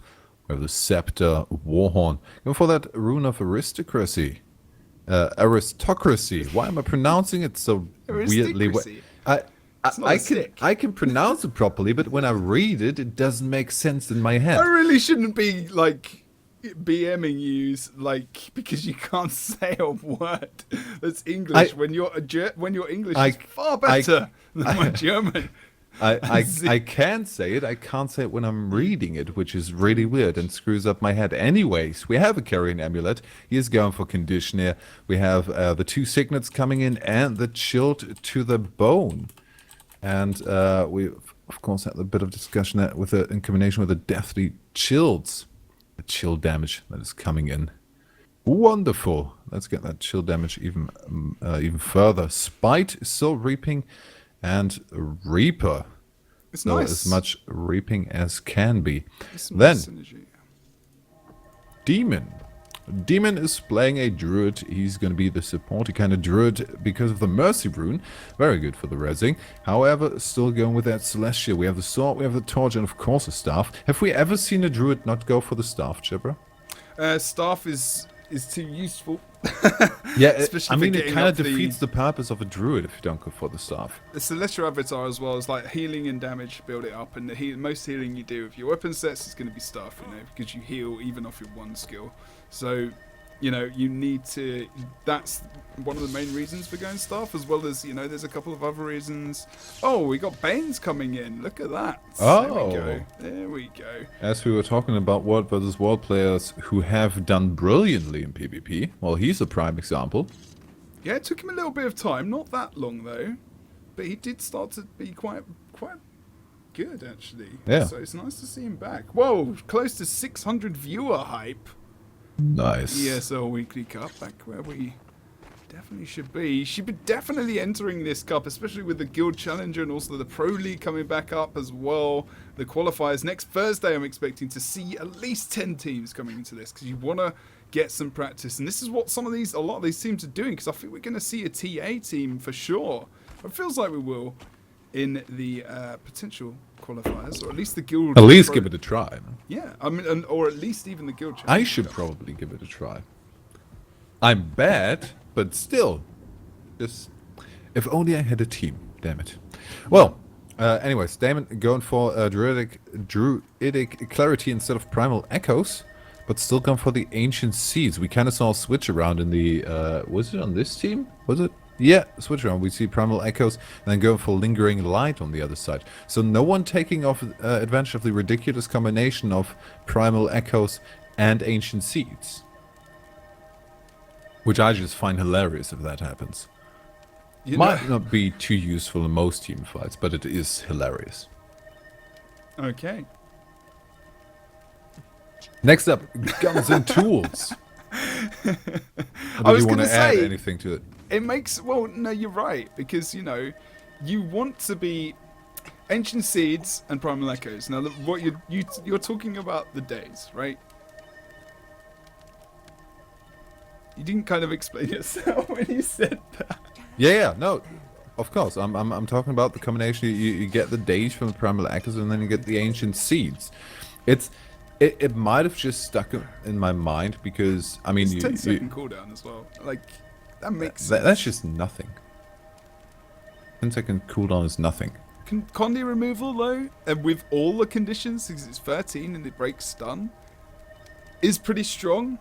But you're not getting that much access to Celestial Avatar.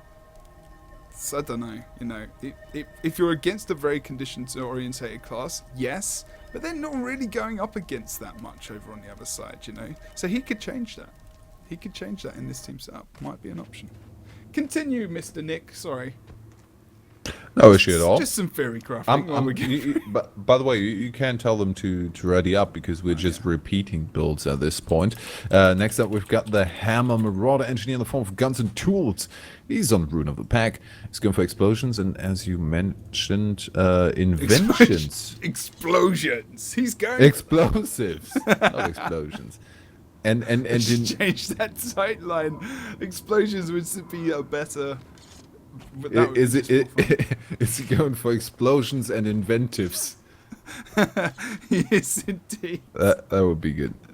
I think so. Not choosing to pick that alchemy. He has the slick shoes, the tool kit, the grenade kit, and going for that stealth gyro. Then Zuik on that Revenant. To be exact, it's a Herald.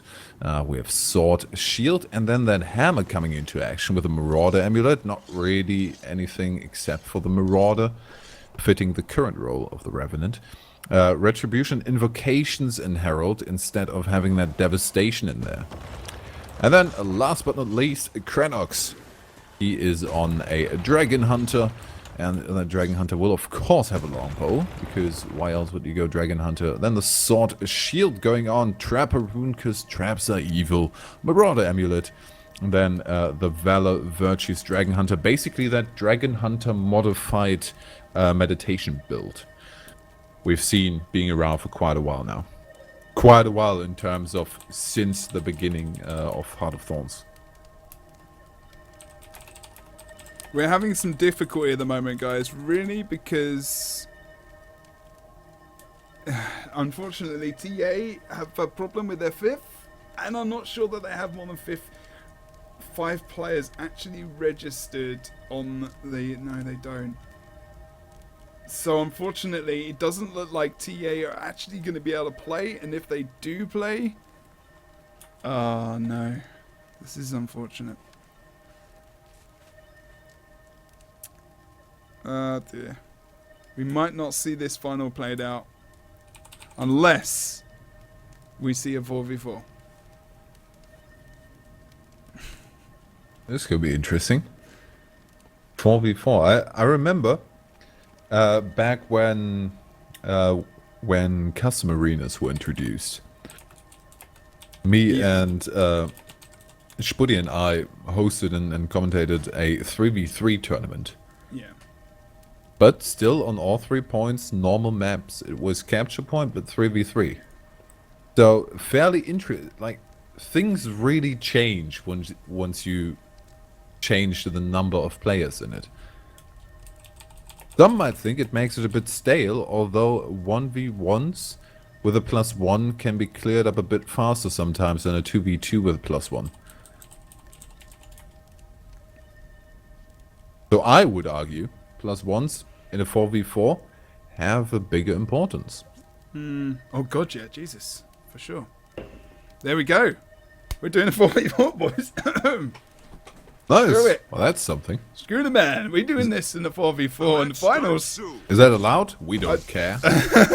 We're gonna cast it anyway. Screw it.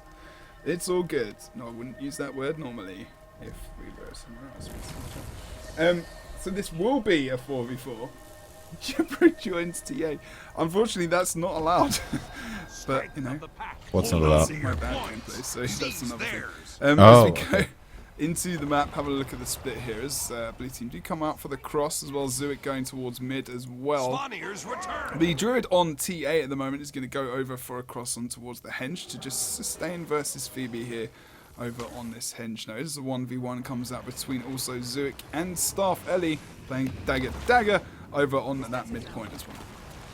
So now we find ourselves in a curious situation where we have 2 1v1s and 1 2v2 going on, which can only happen if you have 4 members on the field. So the 2v2 is really where the action takes place, contested on all sides of the map. And the first down already in the form of Kranox, the World versus World Guild, apparently doing very well. Will they maybe revoke their decision to go 4v4? Or maybe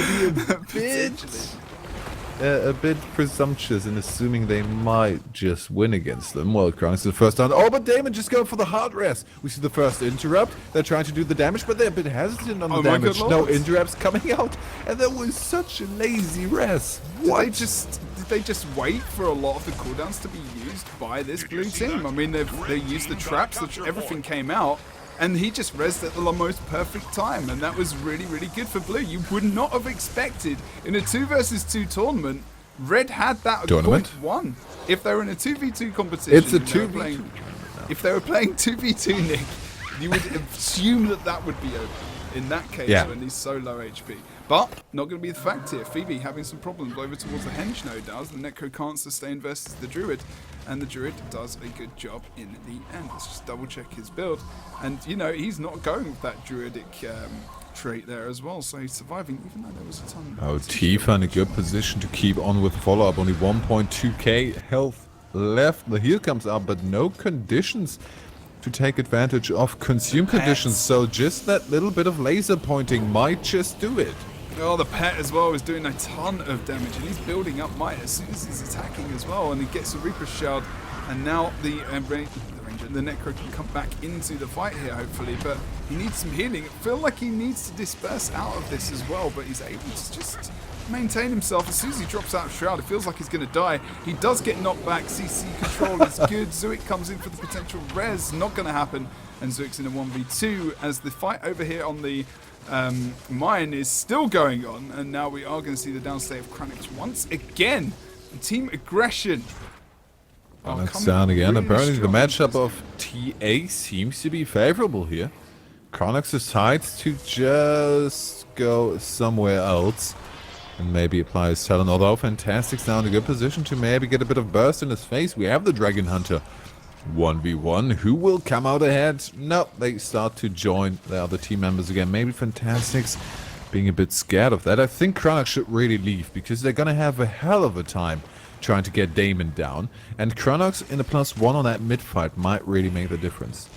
This is the thing in the 4v4. Like, you're not going to see much movement around the map, and any +1s are going to be extremely slow as Kranox painfully runs towards the midpoint to +1 this. Well, kill the Ranger very quickly needs to happen. I'd say it's not only the 4v4 being the issue here, it's also kind of the distinct lack of thieves in Mesmers. Yeah, there was also that, but see, but also the Guardian really could have moved a lot quicker over towards the midpoint. It probably even would have been better if he'd stayed over towards the mine, to be honest, to just quickly get the kill. But now we're going to see that the Rangers, the Ranger versus the NG is just going to remain here, and it will allow blue team to come back over. We have actually seen the kill coming out onto the red team elements Just list like as well. that, So we are blue going to team see takes a that capture Roses point. will be picking up a 2-cap here at the very least. Possibly a free cap if they get the extra +1 over towards this side of the map. Moving the Guardian over to mid in that situation for red Just team. like Team Gresham that, probably blue team takes might a not have been the capture best point. thing in the end, unfortunately. Now we come to a very decisive point here for the red team. What are they going to go for? We still have Sable surviving over on that mine node, but will they just wait for the respawn? No, they're coming in. And no, they're coming in, and I think that's a good decision, because if they waited for the respawn, gave up the caps, and maybe force themselves afterwards into the same situation we had after the start, 2 1v1s and 1 2v2, then they would have remained with these 2 points for quite a while. They need to try and get a quick kill. I think they should group up even more. However, they're choosing to go for the 1v1, for the +1 in the 1v1, trying to get Phoebe down with the help of Fantastics. Mid currently open. Chronix dispersing, maybe. Oh, that is going to be a... Well, they have ample time to kill someone here. But Tifa Ishii's still in a lot of problems. Look, Phoebe's However, going to 1v2. well, Phoebe's it gonna was more of a 1v1 potentially- on Oh, the here side, comes while Chronix. Fantastics thought the importance of the point might be a bit better. And we see the poison in the last second coming out, negating that res attempt. I still think that the decap was the right decision there, because a 2-cap maintained would have been quite the difficult situation. Right now they're only 20 points ahead of them in the second, and the +1 in mid, if Chronix isn't fast enough, could really be the end of Zuik. Blue team takes a capture Possibly. Oh, The but he is Engineer is fast. not going to be able to kill the Revenant very quickly, unfortunately. Evo, especially in that Celestial build. We're going to see Fantastic is now trying to move up towards this midpoint, as Blue do sustain the 2-cap in their favor. Close to 700 viewer hype coming up on this channel as well. Thank you for joining us. This is the final of the ESL Weekly Cup. If you're thinking, guys, we've had 2 DCs. Why are they not looking at this? This is because we've gone into a 4v4 now, and we're actually going to honour that and cast it as well as being, legitimate choice. We don't want to win that. We want to have a cast here for the final. And 4v4 is a live choice. oh yes, a life choice. 1-cap comes in. Red team do get the decap over the mid, as well as Zuik does climb. Oh, does get caught by some potential troops there as well. Tries to get the knockback CC to give himself a little bit of room, as we do see Fantastics coming in from the side. Shield 5 usage there from Zuik mitigates a lot of damage onto him, and he does withdraw out at that point while grabbing that assassin stance as well. Re-engaging again with the sword, and he's doing a little bit of damage here, but the sustain is good from the red teams. They do have the druid on node as well. Chronix again, maybe being the target of choice in the 2v2s. We saw him fall first. He's so solid. Oh, they should maybe be switching for Zuik here. Chronix going down. Zuik is getting the first interrupt. Is there going to be any more damage? They get the knockback there from the downstate ability, and will bring him back up. But I think they could have just stuck with a follow-up. They had enough pressure on him. I think they gave him too much room to breathe here. I mean, they're trying to keep the control onto the ranger now, onto the druid, sorry, to make sure that he's not going to be able to heal up too much. He gets into celestial avatar form, and now he can almost fully sustain himself as he sees the line of sight around the side. He almost gets back up to full HP there. And blue team doesn't feel like they're going to win this fight. Or the NG might be the good switch up now. Sorry, not the NG. The Guardian might be the good switch up, and they're not going to do that. They're still going to keep going for the Ranger. I mean, he's come out of Celestial Avatar form now, so maybe that would be a good idea. Considering the classes we have on the map, and that it is a 4v4 on Niflhel, where the rotation from the side nodes to the midpoint takes quite a while, we're basically watching a 2v2 tournament right now. Tifa Ishii, the first one going down. We see the knockback off nice. point, and the cash leave him. And we have the double downside in mid, and they're both... No. Whoa, Fantastic has pretty much a finger on the point, I think. No, he does not. The point is ticking, they can just leave him there. So half of the team is down. They do have the advantage of on the henge. Phoebe in a lot of trouble, but the fight in mid pretty much ended at the worst possible time. It was just before Sable could have gotten the kill on Phoebe. And they need to get the kill now on the engineer. Of course, Sable now is really stuck, and he needs to make sure he can sustain this cap. Elixir S proc means he's going to lose the cap there indeed. He runs off node, and surprisingly isn't going to stay in the area because he was always going to die while he was being engaged upon by the Dragon Hunter. He's got range and he's not got enough dodges to do that, so staying on node there for him probably would have just been the better option, just to make sure they kept the cap sustained, even decap for even 1 or 2 more seconds, because we know still that is points on the board. Now we see over towards this mine node as well. Blue team seemingly have this in control. Sabre waiting for the respawn here as well as the Ranger versus Cranox over towards midpoint. The Guardian should be okay there for a moment. Surprised there's not going to be a plus. Doesn't really need to be a +1 there because it's going to take him a while to kill him anyway. Now we see Fantastic's under a lot of pressure as well. As I potentially think he does have that trap heal back up as well as the meditation. So he's got some cooldowns available to him at the moment, as well as that renewed focus. Let's use the heal to get back to full HP as well. This is going to be a sustain for it for a little bit of time here. I kind of want to see them Zerg it. Guys, you are a World vs. World team. Do it. Go back to your familiar Zerg it. That right now they're in a position where these small fights will take too long. They have the important fight that could maybe be decided a bit quicker. The 2v2 on a neutral point and 1v1s on the cap points. This is going to bring blue so much of an... Okay, decap on mid, that's a good start. Yeah. But still, that 1 point, they have gotten such an advantage. If they've managed to just get the full-on engage on the close point, get the kill out of it and roll over the map from that on, I think that would have benefited them a lot more than what they're doing now, because this takes too long for them to catch up later. We only have 4 minutes 30 seconds on the board, and the 1v1s aren't even looking too well. Not at the moment, although Zuik might go down possibly here. Oh, nice. Zuik does pull out the shield, of course. I did think that might have been the 25% proc actually there to get the defense. It was indeed, as he does pull the shield out again to make sure a lot of that damage is mitigated there. Demon as well brings out that Celestial Avatar, which was removing a lot of conditions, providing a lot of healing support as well on the point for himself and his team, and the damage starts to build up against Staff Ellie here, who might go down quite quickly.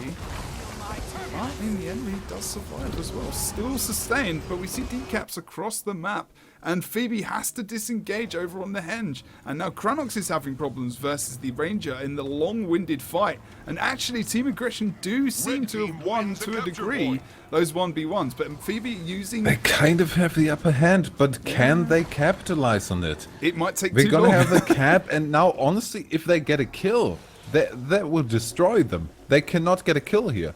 Well, blue can, but red can't. Tifa Ishii is going down. We've seen an interrupt on the first attempt to get the Storm. Sable coming in. The Slick Shoes are out. Is he going to get the res against 3 people? We have 3 people on the midpoint now. They're dispersing from the side node. He got the res. They're back in the game. It's a 3v3 now. And now the question is, who's going to move over to the side node first? We have Cranox jumping, but he doesn't really commit because he knows Sable is going to quick enough to keep him there. So this is going brilliantly for the red team, but 1 point is not enough. No, indeed. But, you know, we've got... Okay, so we've got 130 points. It's doable. We've got bosses on the sides as well. We just can't let them cap anything else. So red team needs to be very, very mobile around the map in order to keep what's going. And really pay attention. They're pulling... This is one thing that the blue team seem to be doing in different parts of the map. They're pulling these guys apart. They're pulling one guy off the node, and they've... Look, at the moment now we're going to see this Guardian 1v1 over here between Cranox and also between Fantastic. Cranox was going into the point probably on the back end of that, and a little bit of a disadvantage there, and I think we're going to see Fantastic keep this point in the well, but in the end. But pulling them apart has not worked out for them thus far. They have been losing these 1v1s. But look, they've pulled him over, and they have got the downstate here over on the midpoint. Maybe it did work in the end, but it's because it's gone into a 2v2. Oh, the Sable, the res, we have the poison on there. Zuik has quite low HP, but a bit too much for him to really do it. The Juvenile Owl is also dead, not even giving him a name. That's just mean. Juvenile Owl gets a mention on the ESL Weekly Cup. It does. It is an important player of the team. 100 points, Nick. 100 points.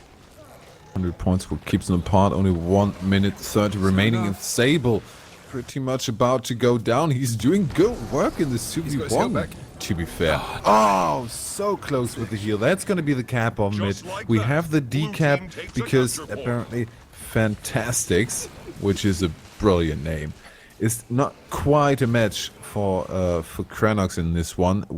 Kranox ahead in the 1v1, although we have pretty much the complete reset, and now he's doing pressure, gets the knockback, brings him down on the side. That's going to be the cap of the Hench, but yeah, we see the GGs coming up because right now I think it's mathematically impossible for them to win anymore. Did you see that? Pretty much. Red team That's kind of got a sad. capture point. It was a bit of a hype moment, and then Yeah. It was maybe Hypus potentially. Interruptus. Okay, we might actually have the 5v5. Woohoo! Shot is back. Shut it Oh, really? So this was just fluff. Get in the game, mate. You can do it. So it's nice to see, actually, that the blue team did, in the end, you know, said that 4v4. That's going to be quite good. We're quite happy with that. Okay, so It was a bit weird to watch, though. It was. It's interesting how the very 4v4 changes the dynamic of the entire game so completely. This is very true. Okay. Should be Darth run Ellie over. only with 5 points because he pretty much stayed at the mine. Yeah, good sportsmanship had by all. And here we go. Good point of view. The game was ended. Do you want me to just randomly put the camera onto different people? Yes. I like how the Get blue some team, excitement in there. blue team deciding to run with command attacks. Although, no, shot is actually moving back into it. Showing off the fact that they've got some Did not work out this time around, but I think, well, we still have one map to go, don't we? I kind of was in closing mode already. Do we have one map to go? We have one map to go, right? Yeah, I think the rotation actually was a bit wrong on the maps, Yeah. unfortunately. Wait, is it wrong now or were we wrong? Well, no, Fofire's first. Wait, Fofire's first? Fofire's first. Oh, damn. It has been so long since we had proper rotation in the Weekly Cup.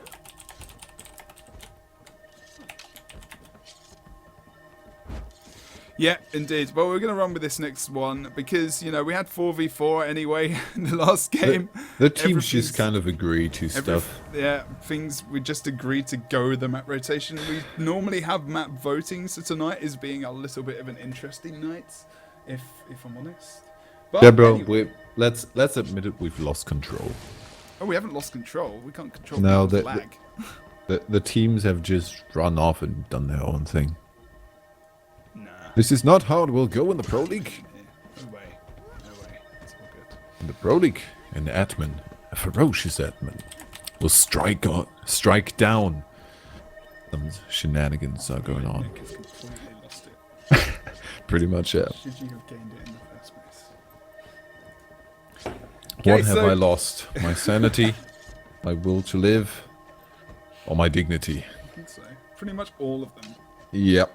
Either way, if you are match looking starts and soon. you're thinking, what's going on? We've got Team Aggression versus more Guns Than Roses. I'm just going to upgrade the score because Roses have won the first game of this series in the final of the ESL Weekly Cup. And the good guys will always win. So let's go. It's 5v5, and we had a good performance in the performance. Perform lunch. Seeds there. Perform lunch now.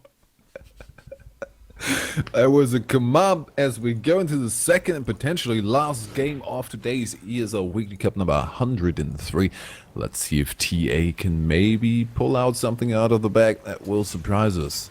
Yes, hopefully the aristocracy runes also doing their job on this map. Let's go over to Fantastic's point of view. Now as we you come in towards the mispronounced quarry. it. Well, I just did that on purpose, but anyway. Did you? Yes, Nick. But you didn't Let's go pronounce it in the into way the that I quarry. mispronounced I it. know. Let's go over towards the quarry.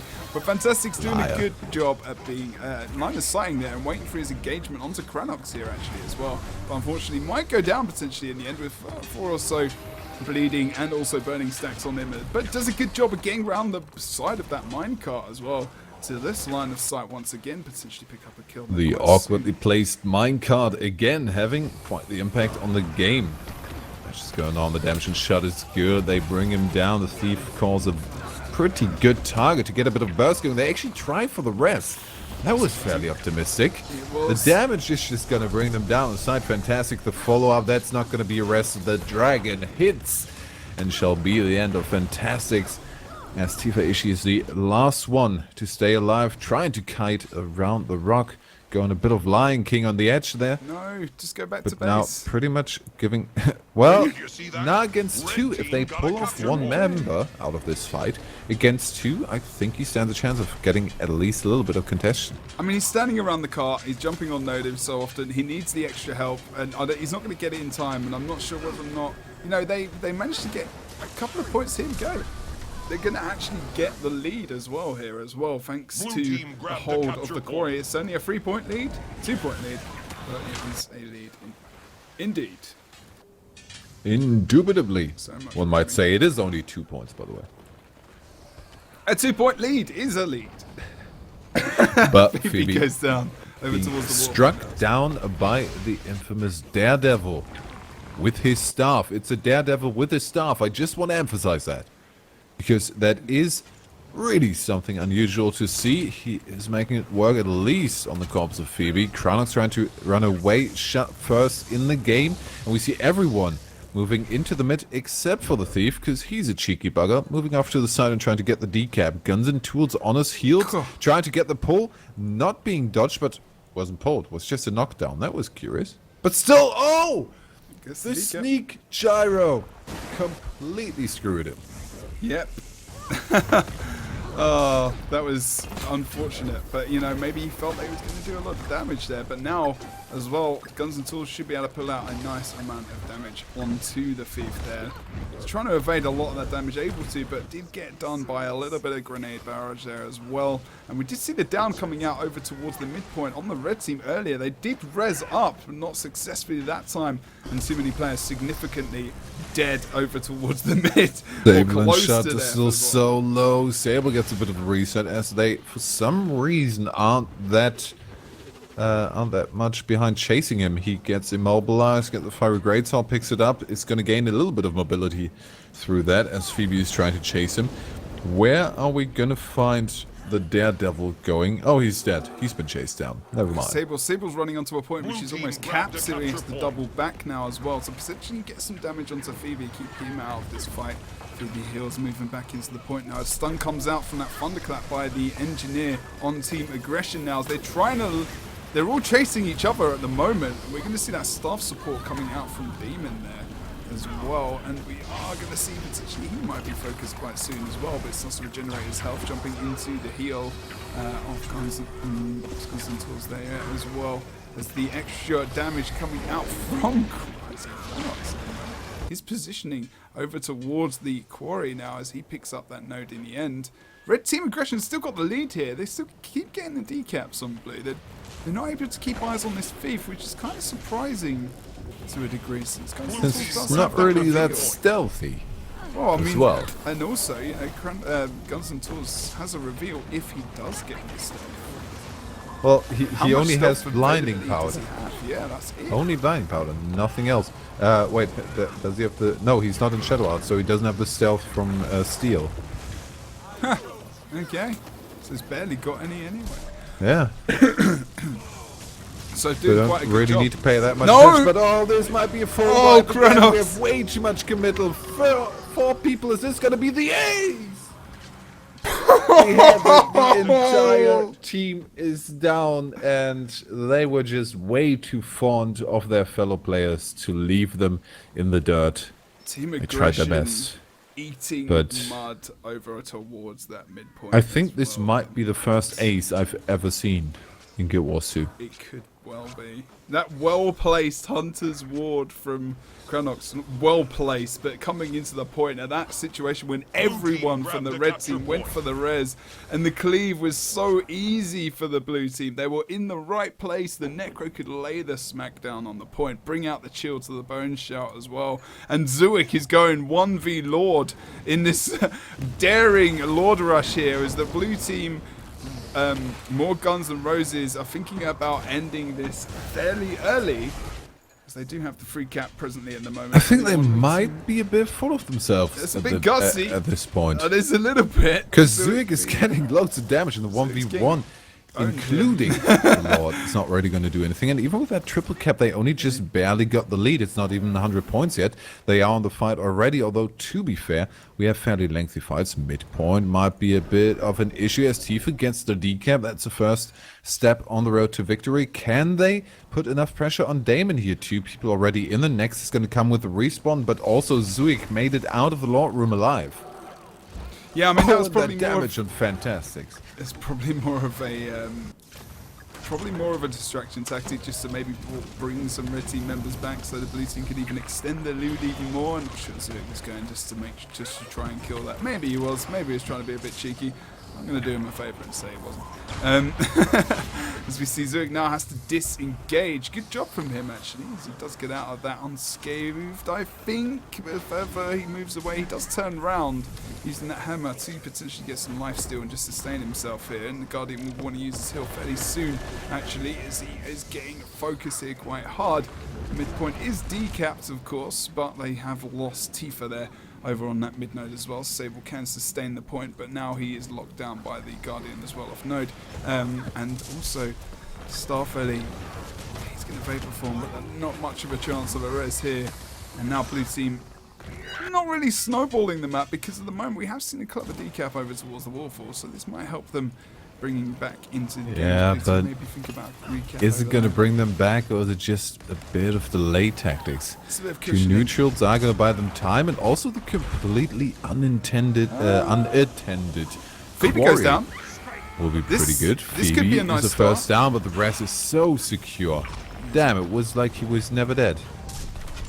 There was just no chance of him dying, but Shut, on the other hand, he is trying to dodge away. Oh, that pot, I think, we saw the Shadow Stab. He is going to go down on the poison tick, but Tifa issue there to save his life, and the re-engage. And this could be a good re-engage. And then a brilliant position we have from this double cap, from this penta kill, or asesinato quintuple, as the Spanish people say. What?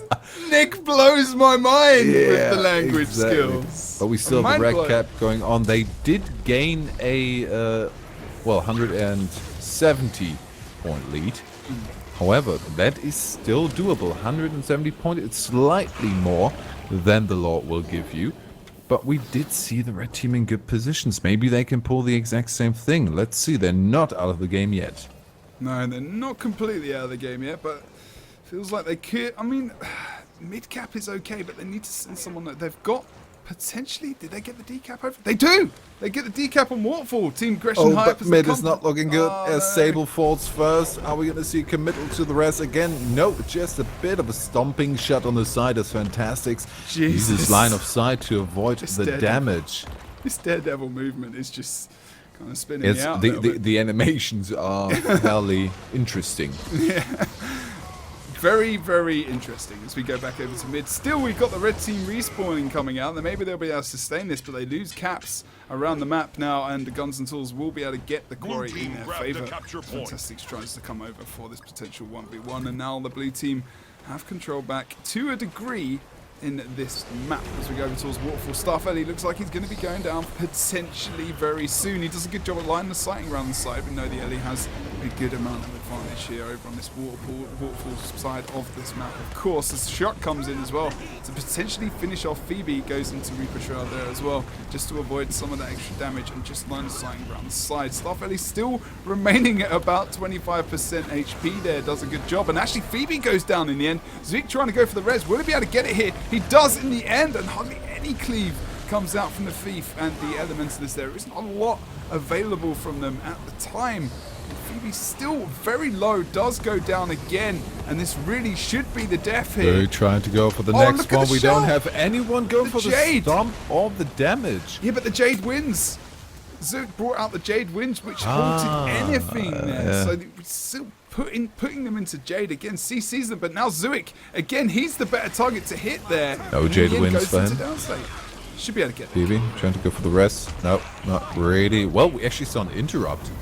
A self-interrupt of that first stomp attempt, but Phoebe knows. Oh, And shook just us down. even goes down. Phoebe- Do not underestimate the down state, but that might have only suckered Phoebe into the fight that he does not want to take. Has a bit of dash route left, but that's going to be the follow-up kill. 2 people down. We have 3 minutes 50 on the board.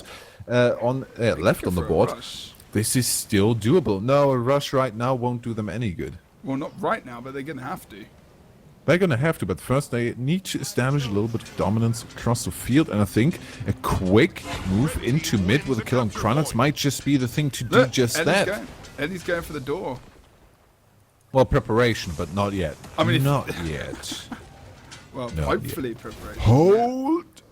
Yeah, Cranox dying mid is the 2 cap here. They just need to... They just need to hold I it made my over la- here. my- They're just myself laugh outnumbered. with my They need reference. to keep getting the kills. If they can keep 3 men on the map for blue team, and then draw them. Look at this. This is perfect for the red team, actually. If they can draw these guys over towards the quarry What? and move over towards the Lords, in terms of the red team I'm talking about, they're going to hold them in this fight. And they're going to Chronox is greatly overestimating the strength of a down door. Like he should have had the call of no one being even close to that Look, open it's like- door, oh. but he still went for the defense. I'm a bit curious. 3 people over on the quarry. They are aware of that. 1 in mid. Well, they are aware of that now. That Tifashi is still there. They're keeping that double cap, and they're slowly catching up. Only 100 points between them. A Lord Rush can still do it, and now But blue it team looks are like going. the blue team wants to kind of throw a wrench into things. His Guns and Tools is already on his way, but this is such a dispersed Lord Rush.